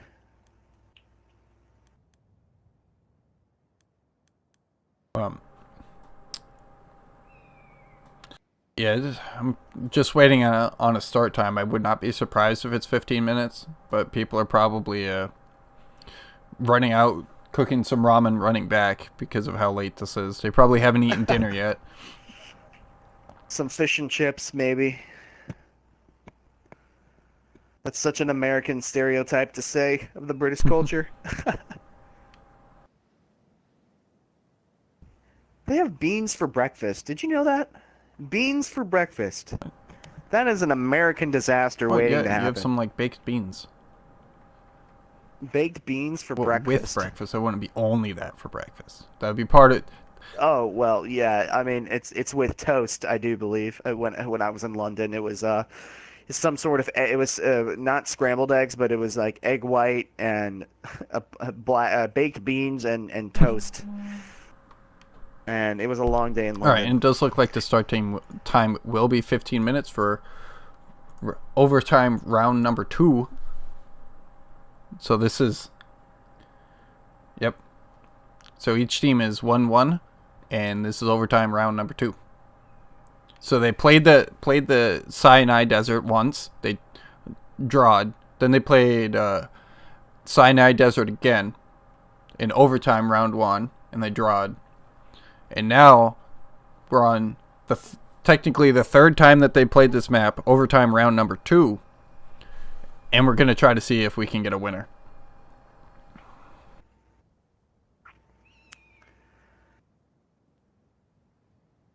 I kind of had it's not necessarily a bad feeling at the pit of my stomach. I just had that feeling that just the feeling that we might not get a winner yet again in this match. It's literally the most back and forth match I've ever seen as a part of Tier 1. Yeah, this will be a match like I can't even imagine what our Discord will look like. There is an opportunity if you go to the Tier 1 Gaming's website, you can join the Discord as a fan and talk in our general chat and give everyone high fives saying how awesome the match is and everything. Get some more details about the league. High fives, tell them how bad they are. Don't do that, you will get kicked. That was a joke, but I mean they did do some. You can go and they did some gnarly kick flips earlier with the tanks. So that was a great little tank roll you did. Well, one person got stuck at one point on their side for a good like 30 seconds. But it does look like... And both teams have started. Yep, they've spawned in. And, well, this is a bad case of deja vu, Fiji is. Here they come again. Dawn versus DFE, overtime, round 2. All right. So I'm going to spectate slightly over to the cave side, or the closed-in side of DFE. And because this is where I feel the most action is going to be going on, based on the previous rounds, and it does look like DFE got first blood here, and it's taking a commanding lead, at least in the capture speed. And now it's gone back. They still do have advantage. Dawn Squad starting to prioritize this archway a little bit more, stopping DFE before they can get set up on it. Don't think Pat knows how many people he's about to run up on, but he's about to run up on a lot of them. He gets one, and he gets sniped from rising way beyond the objective. As Telfer's going to come in and try and get a revive. He does get the revive and runs back as Dawn Squad has momentum on this point right now. And it does look like DFE is bringing in a flame take this time with their heavy tank. Interesting choice. Interesting choice. But I do think DFE is a little bit too spread out. I mean, too bunched up right now. As you can see, their mortars are taking in being super effective right now. And wow, the tank's already gone. DFE's tank is... And that's a huge blow on the side of DFE. You did not want to lose your tank that early. And now Dawn Squad is in prime position to really put this game out of hand. It's just a matter of whether they can capitalize on it, because that tank is not going to come back for another two or so minutes. Yeah, that's massive, especially with how quickly. I wouldn't be surprised if that tanker is a little upset at how quickly he went down. And like it almost looked like he was hit by dynamite with how fast he went down, but it was all AT grenades. And K-Pope in that tank is already on that point. And Dawn Squad really having a sense of urgency this time around to get on that point before DFE can set up. And DFE is almost behind K-Pope at this point. The Fox is coming in. Avalanche is coming in with some light anti-tank grenades. K-Pope's repairman does spawn, but he gets taken out. And, well, there goes Dawn Squad's tank as well. And just like that, momentum might have just switched right back to the side of DFE. Yeah, with how wide open this field is, not having their tank alive is pretty massive. Because it forces all of the Dawn Squad to run through this open field and into their light machine gunners. But you can see the effectiveness of cavalry in this this game mode right now. The cavalry's, I feel, making a large dent, especially in regards to taking out all the tanks.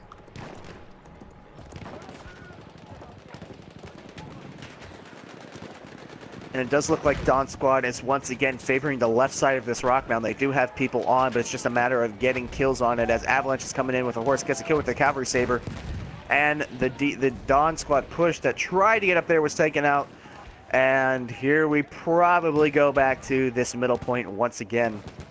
Alright, so we already see the Dawn Squad retreating to get into good positions.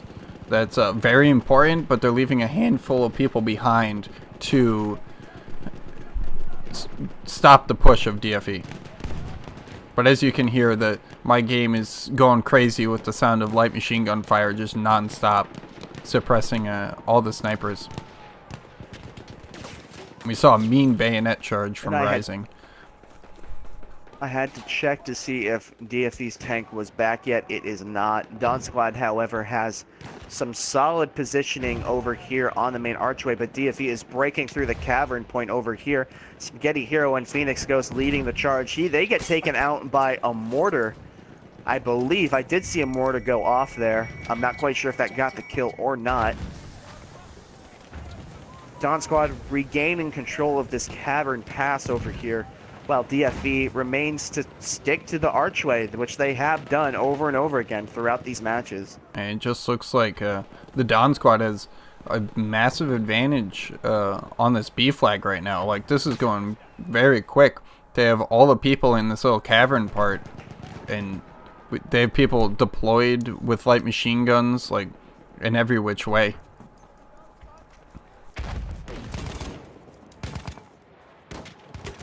But it does look like the main battling is involving this ridgeline.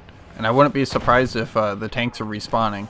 DFE's tank is rolling in, and Dawn Squad's tank is not alive just yet, but it should be coming in shortly.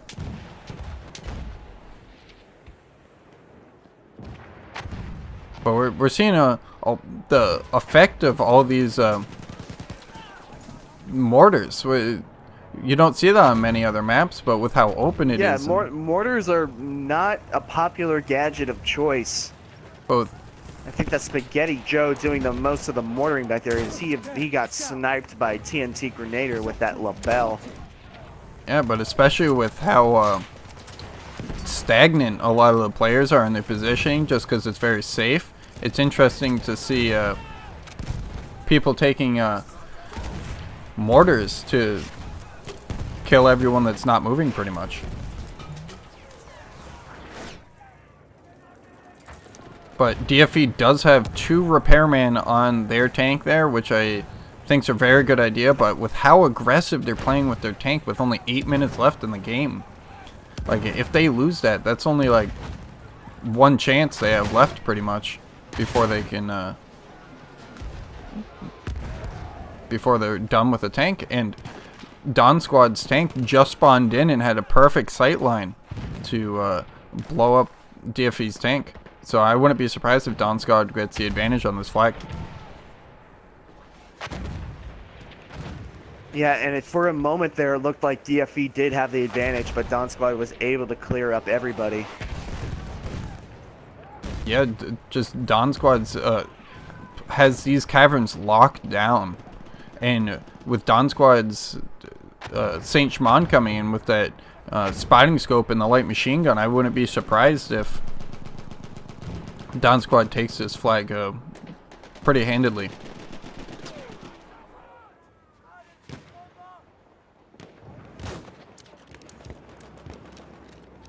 And it looks like K-Pope has again elected to come more towards this archway to kind of rid DFE of the position. And DFE losing their tank once again does not seem to be affecting them as of right now. They were able to get a lot of spawns to prevent K-Pope and the rest of the Dawn Squad from being able to take that objective and get a lot of momentum on it at this point, but not having the tank there allows K-Pope, especially with the spotting feature, to just lay into that archway with machine gun fire and tank shells. Yeah, it definitely seems like DFE is playing this relatively safe. Oh wow, a triple kill by Spaghetti Joe with the airburst mortar. That's pretty big. But DFE is playing very defensive. They know they're in a safe position behind this little ridge thing. It's somewhat safe to mortars, and they just don't want to lose the flag, and I don't blame them. And the real determining factor here, Fiji, is how fast this flag's going to be taken. It could be taken right now, and I think if it were to be taken right now and the Dawn Squad doesn't push, or at least hold DFE back into this point over here, or even push them all the way back to the MCOMs, again, we could be looking at a third overtime game. I don't know. I do think that with how this game's playing out right now, with the advantage that Dawn Squad has, depending on how they play it, I do think they've got an advantage going into this A flag.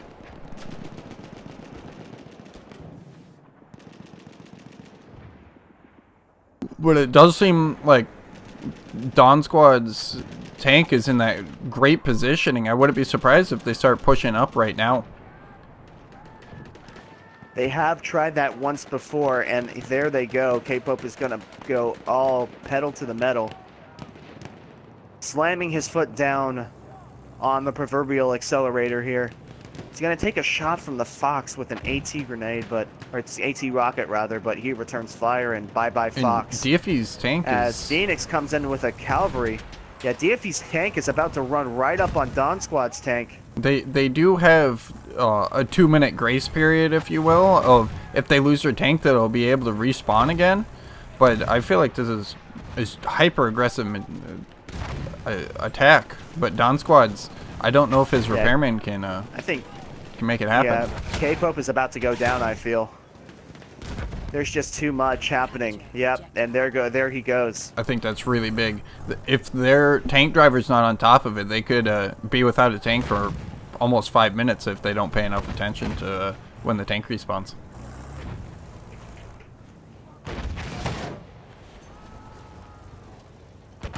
But it looks like the Dawn Squad just can't get out of this little cavern that they've been defending for so long on B.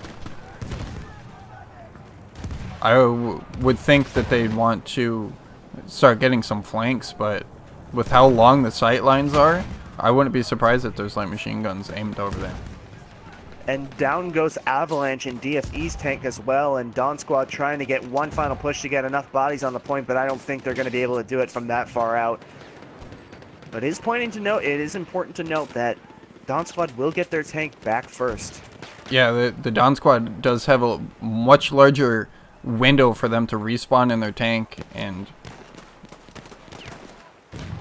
pretty much both teams, the DFE will only have their tank for like a minute at the end of the round, whereas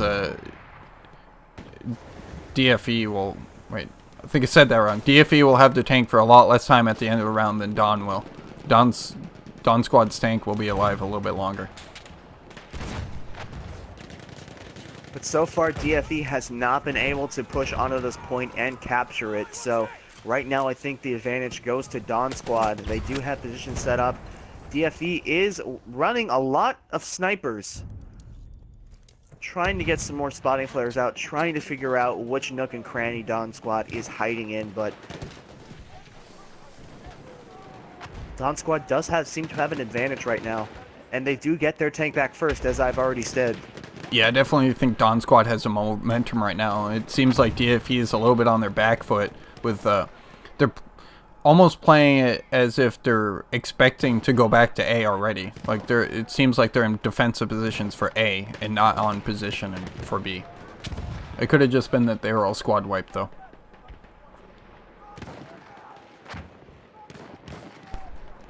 DFE is in behind Dawn Squad here. Dawn Squad still having control of this point. And Susan Boyle trying to take out Eric with the C, and he does so with the pistol. And it's just highlighting how effective the cavalry role can be in this. It gives great flank capabilities and pulls away people from the front lines.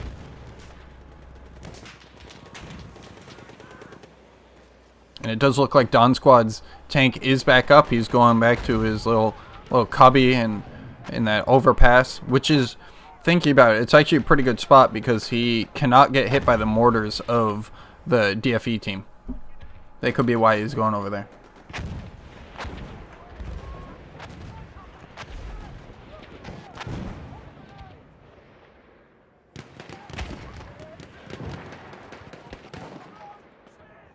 And one advantage that Dawn Squad does have right now is that in the past 2 overtime periods, we've been heading back to this B point with about a minute and a half left. Advantage is that we are already at this B point with a minute and a half left, and teams are set up and teams are battling it out. And just like DFE does now have the advantage on the flag, but it is stuck in a neutral state. Yeah, it's just going back and forth. It seems like both teams are starting to crowd a little bit more towards the broken down bridge, but there's already 50 seconds left. That crept up on even me. Wow. So DFE needs to make this last push, and they definitely have the time to do it, but the question is, do they have the bodies to get the victory? And with that neutralization, I'm not entirely sure if DFE will be able to get it off, but if you're looking at that kill feed, it's just DFE, DFE, DFE. So it is. It's coming down to another close finish. Oh my goodness, Dawn Squad is getting absolutely bombarded over there. The squad spawns are going to be paramount at this point. You have to wonder, should Dawn Squad just play super passive and just run away so DFE can't kill them? But it looks like we're going to go to a third overtime.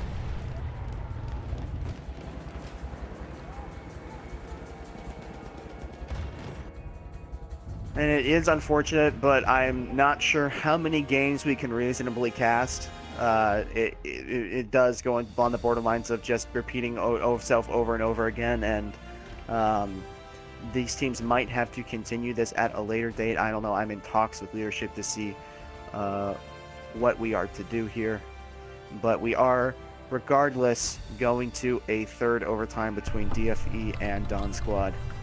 Probably my money, the match of the year at this point. VJ. Yeah, a third overtime, that's pretty much unheard of. Draws in general are pretty much unheard of. So 4 draws in a row are insanely rare. So I have gotten an okay from leadership. So Fiji, I think what we're going to do here is we're going to play this one last overtime, and if a winner is not chosen, we'll cut off the stream, and these teams will have to continue their war either at a later time, at a later date, or off stream. That is what the decision has been made. So we're going to get into contact with teams and let them know what's going on, so we can get everything in shipshape order.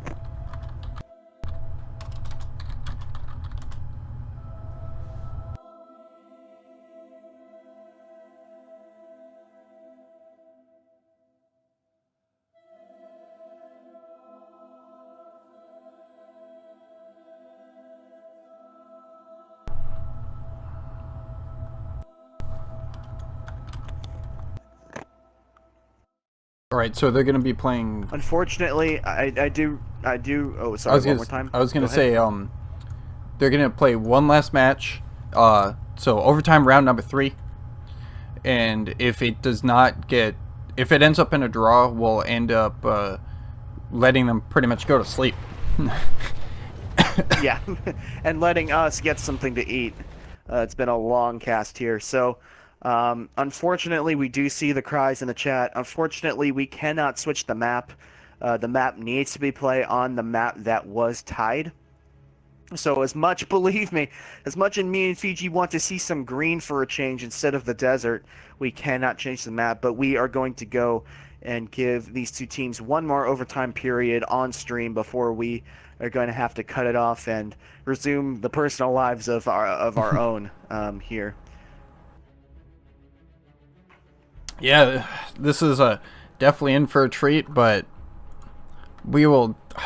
I have almost no doubt that we'll be in heavy amounts of communications with the leaders of both teams if this does go to a fourth overtime. It's scheduled to be at a later date to have that casted, because with how close this is, it's going to be a nail biter.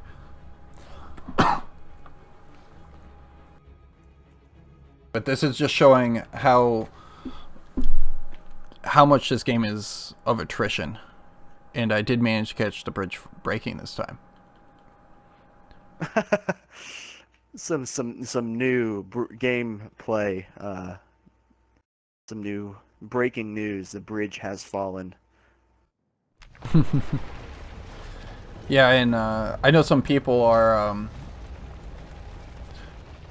talking about how the rules should be set up a little bit differently for draws and whatnot, but I can honestly say I've seen one other overtime in the entirety of this tournament already. Yeah, I mean, it's obviously it's a rare occurrence, and I'm sure there are a lot of fans of both teams in the chat right now trying to get a draw, so to speak, but this is probably the second time this season that there has been an overtime match, at least one that's been casted anyways. The other one was SRDS versus RAG. I think that was the one that went into overtime and was played at a different date. So I think there's only... yes, it was. There's only ever been... This is the second time in the entire tournament that there's been a overtime played. So yeah. And it most certainly is probably the first time that this has gone into triple overtime. That might be a first. Yeah, I think we are approaching, if not past, the record time. I think we're at 3.5 hours of streaming so far. No, I think the record is something like 4 hours, 5 hours, because it was Ender's cast, and he was doing a 20v20 conquest, and there were some complications. So we're going to be doing a 16-minute spawn time this time. So we'll have an extra minute of hard action.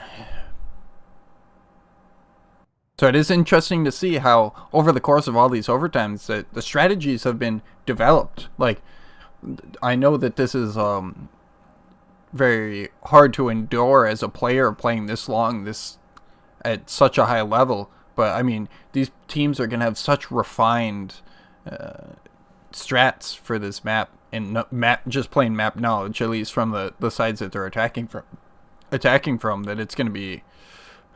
I'd be almost scared at this point if either DFE or Dawn Squad was facing you on this map.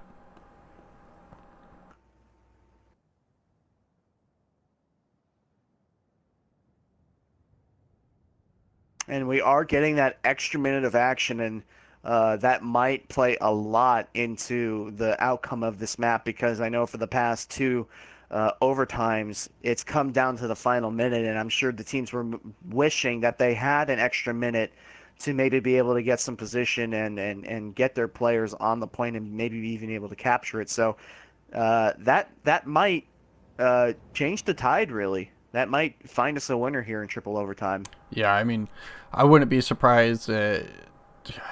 I'm pretty excited. Like, I know this is a super long cast, a super long match, and everything, but this is definitely a treat. You don't often get a match where every single round is a nail biter. Like, this is insane.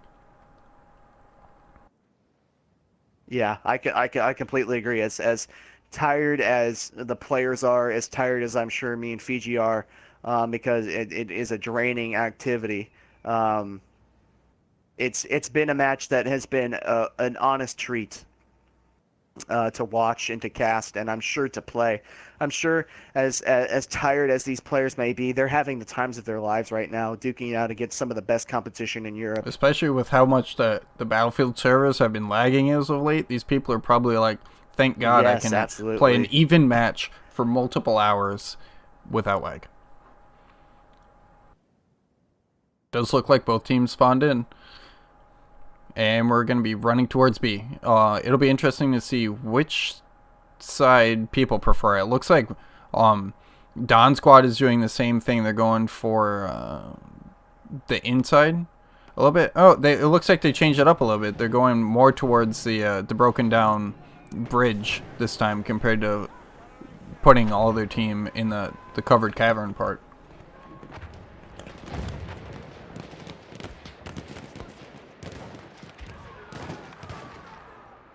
But it seems pretty balanced. It does like. I was gonna say it looks like it's pretty even right now. Don Squad really actually favoring the mortars here. It's been more and more a part of their strategy. Spaghetti Joe and Big Hammer firing mortars over the archway, trying to get some kills on DFE. As K-Pope is electing to go inside the cavern this time, and I'm sure that's due to a call-out due to his teammates. You know, they know that there's more DFE in the cavern than normal, so he's going to come in there and try and get a few kills on them instead of just pushing straight outside. As Avalanche in DFE's tank is actually in the cavern this time, he is more than often than not elected to go to the outside arch as well, and he's in the cavern, so a little bit of a reverse here. Yeah, it's definitely a little bit different. We'll see if it pays off for them this time, playing having a variety in their game style. And so far, it looks like the Don Squad has the advantage. But with them pushing up, and we're going to have our first tank battle of the match. And there was 3 repairmen, now they're down to 2. As Don Squad tank starts slipping and sliding in the retreat.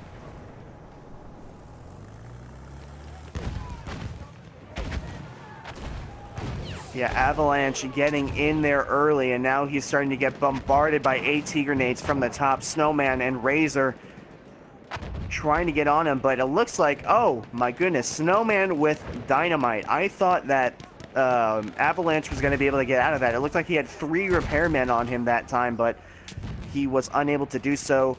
DFE's tank goes down first, but if we learned anything from last match, Fiji, it's that Don Squad's tank can go out quite as fast as well, and I'm sure DFE is going to be targeting that tank heavily now that their own tank is gone. But it does look like DFE was almost completely wiped off the objective. DFE is just running through these long open fields, and they do have like 1 or 2 squads on, but it almost looks like they're getting in defensive positions for this A flag.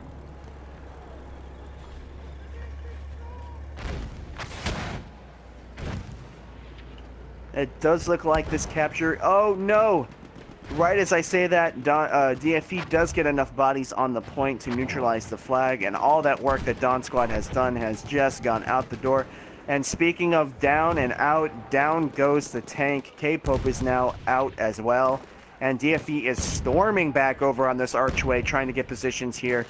And now we're going back into the same kind of battle that we were seeing throughout the majority of the very, very first match, Fiji, which is these 2 teams on different sides of the cavern. They're going to try to pick each other off. Yeah, DFE trying to take down Don Squad's tank. I saw almost 3 AT rocket guns shoot at the same exact time. Like, you can have 10 repair people, but if all the explosions happen at the same exact time, it does not matter.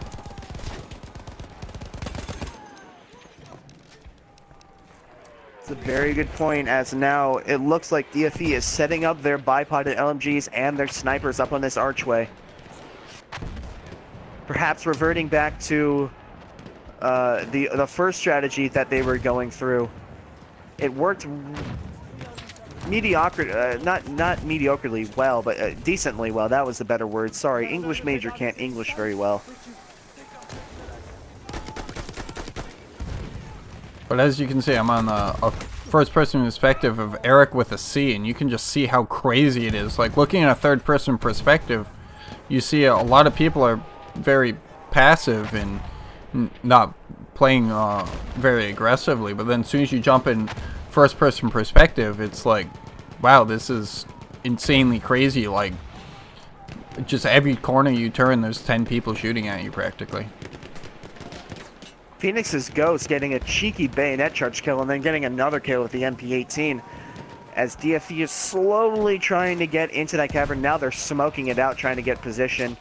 Phoenix Ghost goes and gets another one. That's Big Hammer with the mortar. And it looks like Expert and Phoenix Ghost are now sitting in a man-made crater right there. Looks like Phoenix thought about bayonet charging in there, then thought better of it. Yeah, this one's going back and forth a lot. The tank should be coming in fairly soon, if I'm not mistaken. And for overtime, it's they played it same exact thing as if it was the first time they played the map. So it's the same sides. It's just 50% less time. So everything's the same, besides the amount of time. It's interesting to see. DFE is going more and more. Getting more vertical in their attack. Yeah, it's very interesting to see as Avalanche is about to go try and get into this cavern back as well, trying to return to the scene of his last death, trying to get some kills. He does take out Kirky, who was kind of alone there. DFE is taking their... And now Avalanche is going to he's going to try to get on in there. He's got the flame tank. He's hosing down members of Dawn Squad, but here comes Pat, and here comes Telfer, and here comes the dynamite, most certainly. And as the tank goes down just as quick as it respawned, and that might turn the tides here for Dawn Squad, especially because their tank is spawned and it's on its way. But they do have some cavalry spawning in to harass the tank of Dawn Squad, and he can take it down to like quarter health in one pass.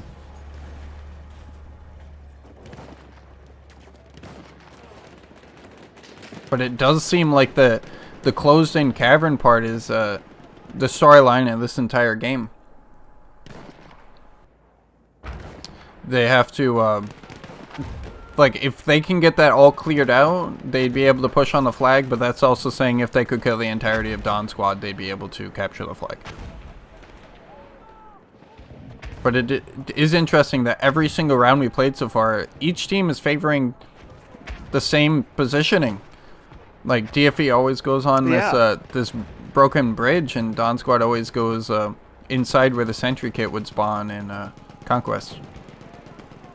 And the more and more that these teams continue to use these game plans, the more and more it just goes further into a stalemate, in my opinion, Fiji. The very first time we played this map, we saw DFE be able to push Dawn Squad back, and of course no teams have made it to MCOMs thus far on the map, but obviously when you play this map about 3 or 4 times in a row, you understand where these teams are going to be, and that's why I think it's been pushing to a stalemate, and the real benefactors of whoever can take out the tank first is really who's been able to take any control over the map. It looks like Dawn Squad is starting to push out towards this archway, but K-Pope's got to be careful. It would be very, very bad if he went down right now. Yeah, this is it's a big difference is compared to most other vehicle maps is we see how aggressive each team's tanks are being, but I feel like the effectiveness of each team's tank is a lot lower than on maps such as Argonne. I mean, not Argonne, wow.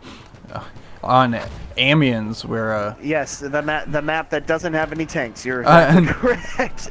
I knew what you were trying to say there. On Amiens. It's been a long cast for everybody. Yes. So the tanks, I feel like, are surprisingly, with how big the map is, the tanks are a lot less effective on maps like Sinai, at least from what we've seen so far.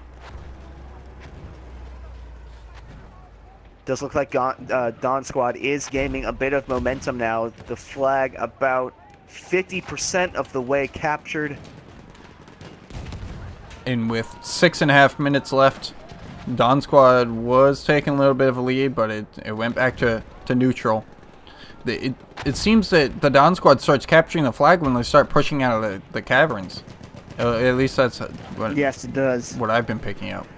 Yeah, both times they've been able to get the flag is when they've been able to get positioning on both sides of the caverns, and they've been able to push, like actually physically push DFE off of both of those flanks. But it's easier said than done, especially on this arch side where there's all that vertical gunplay.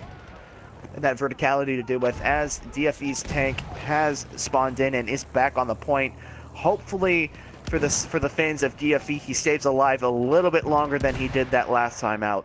Yeah, it's gonna be massive, but it does seem like Dawn Squad is pushing much more aggressively on the actual flag. They've had enough. They want to go to sleep. They want to win. They've had enough.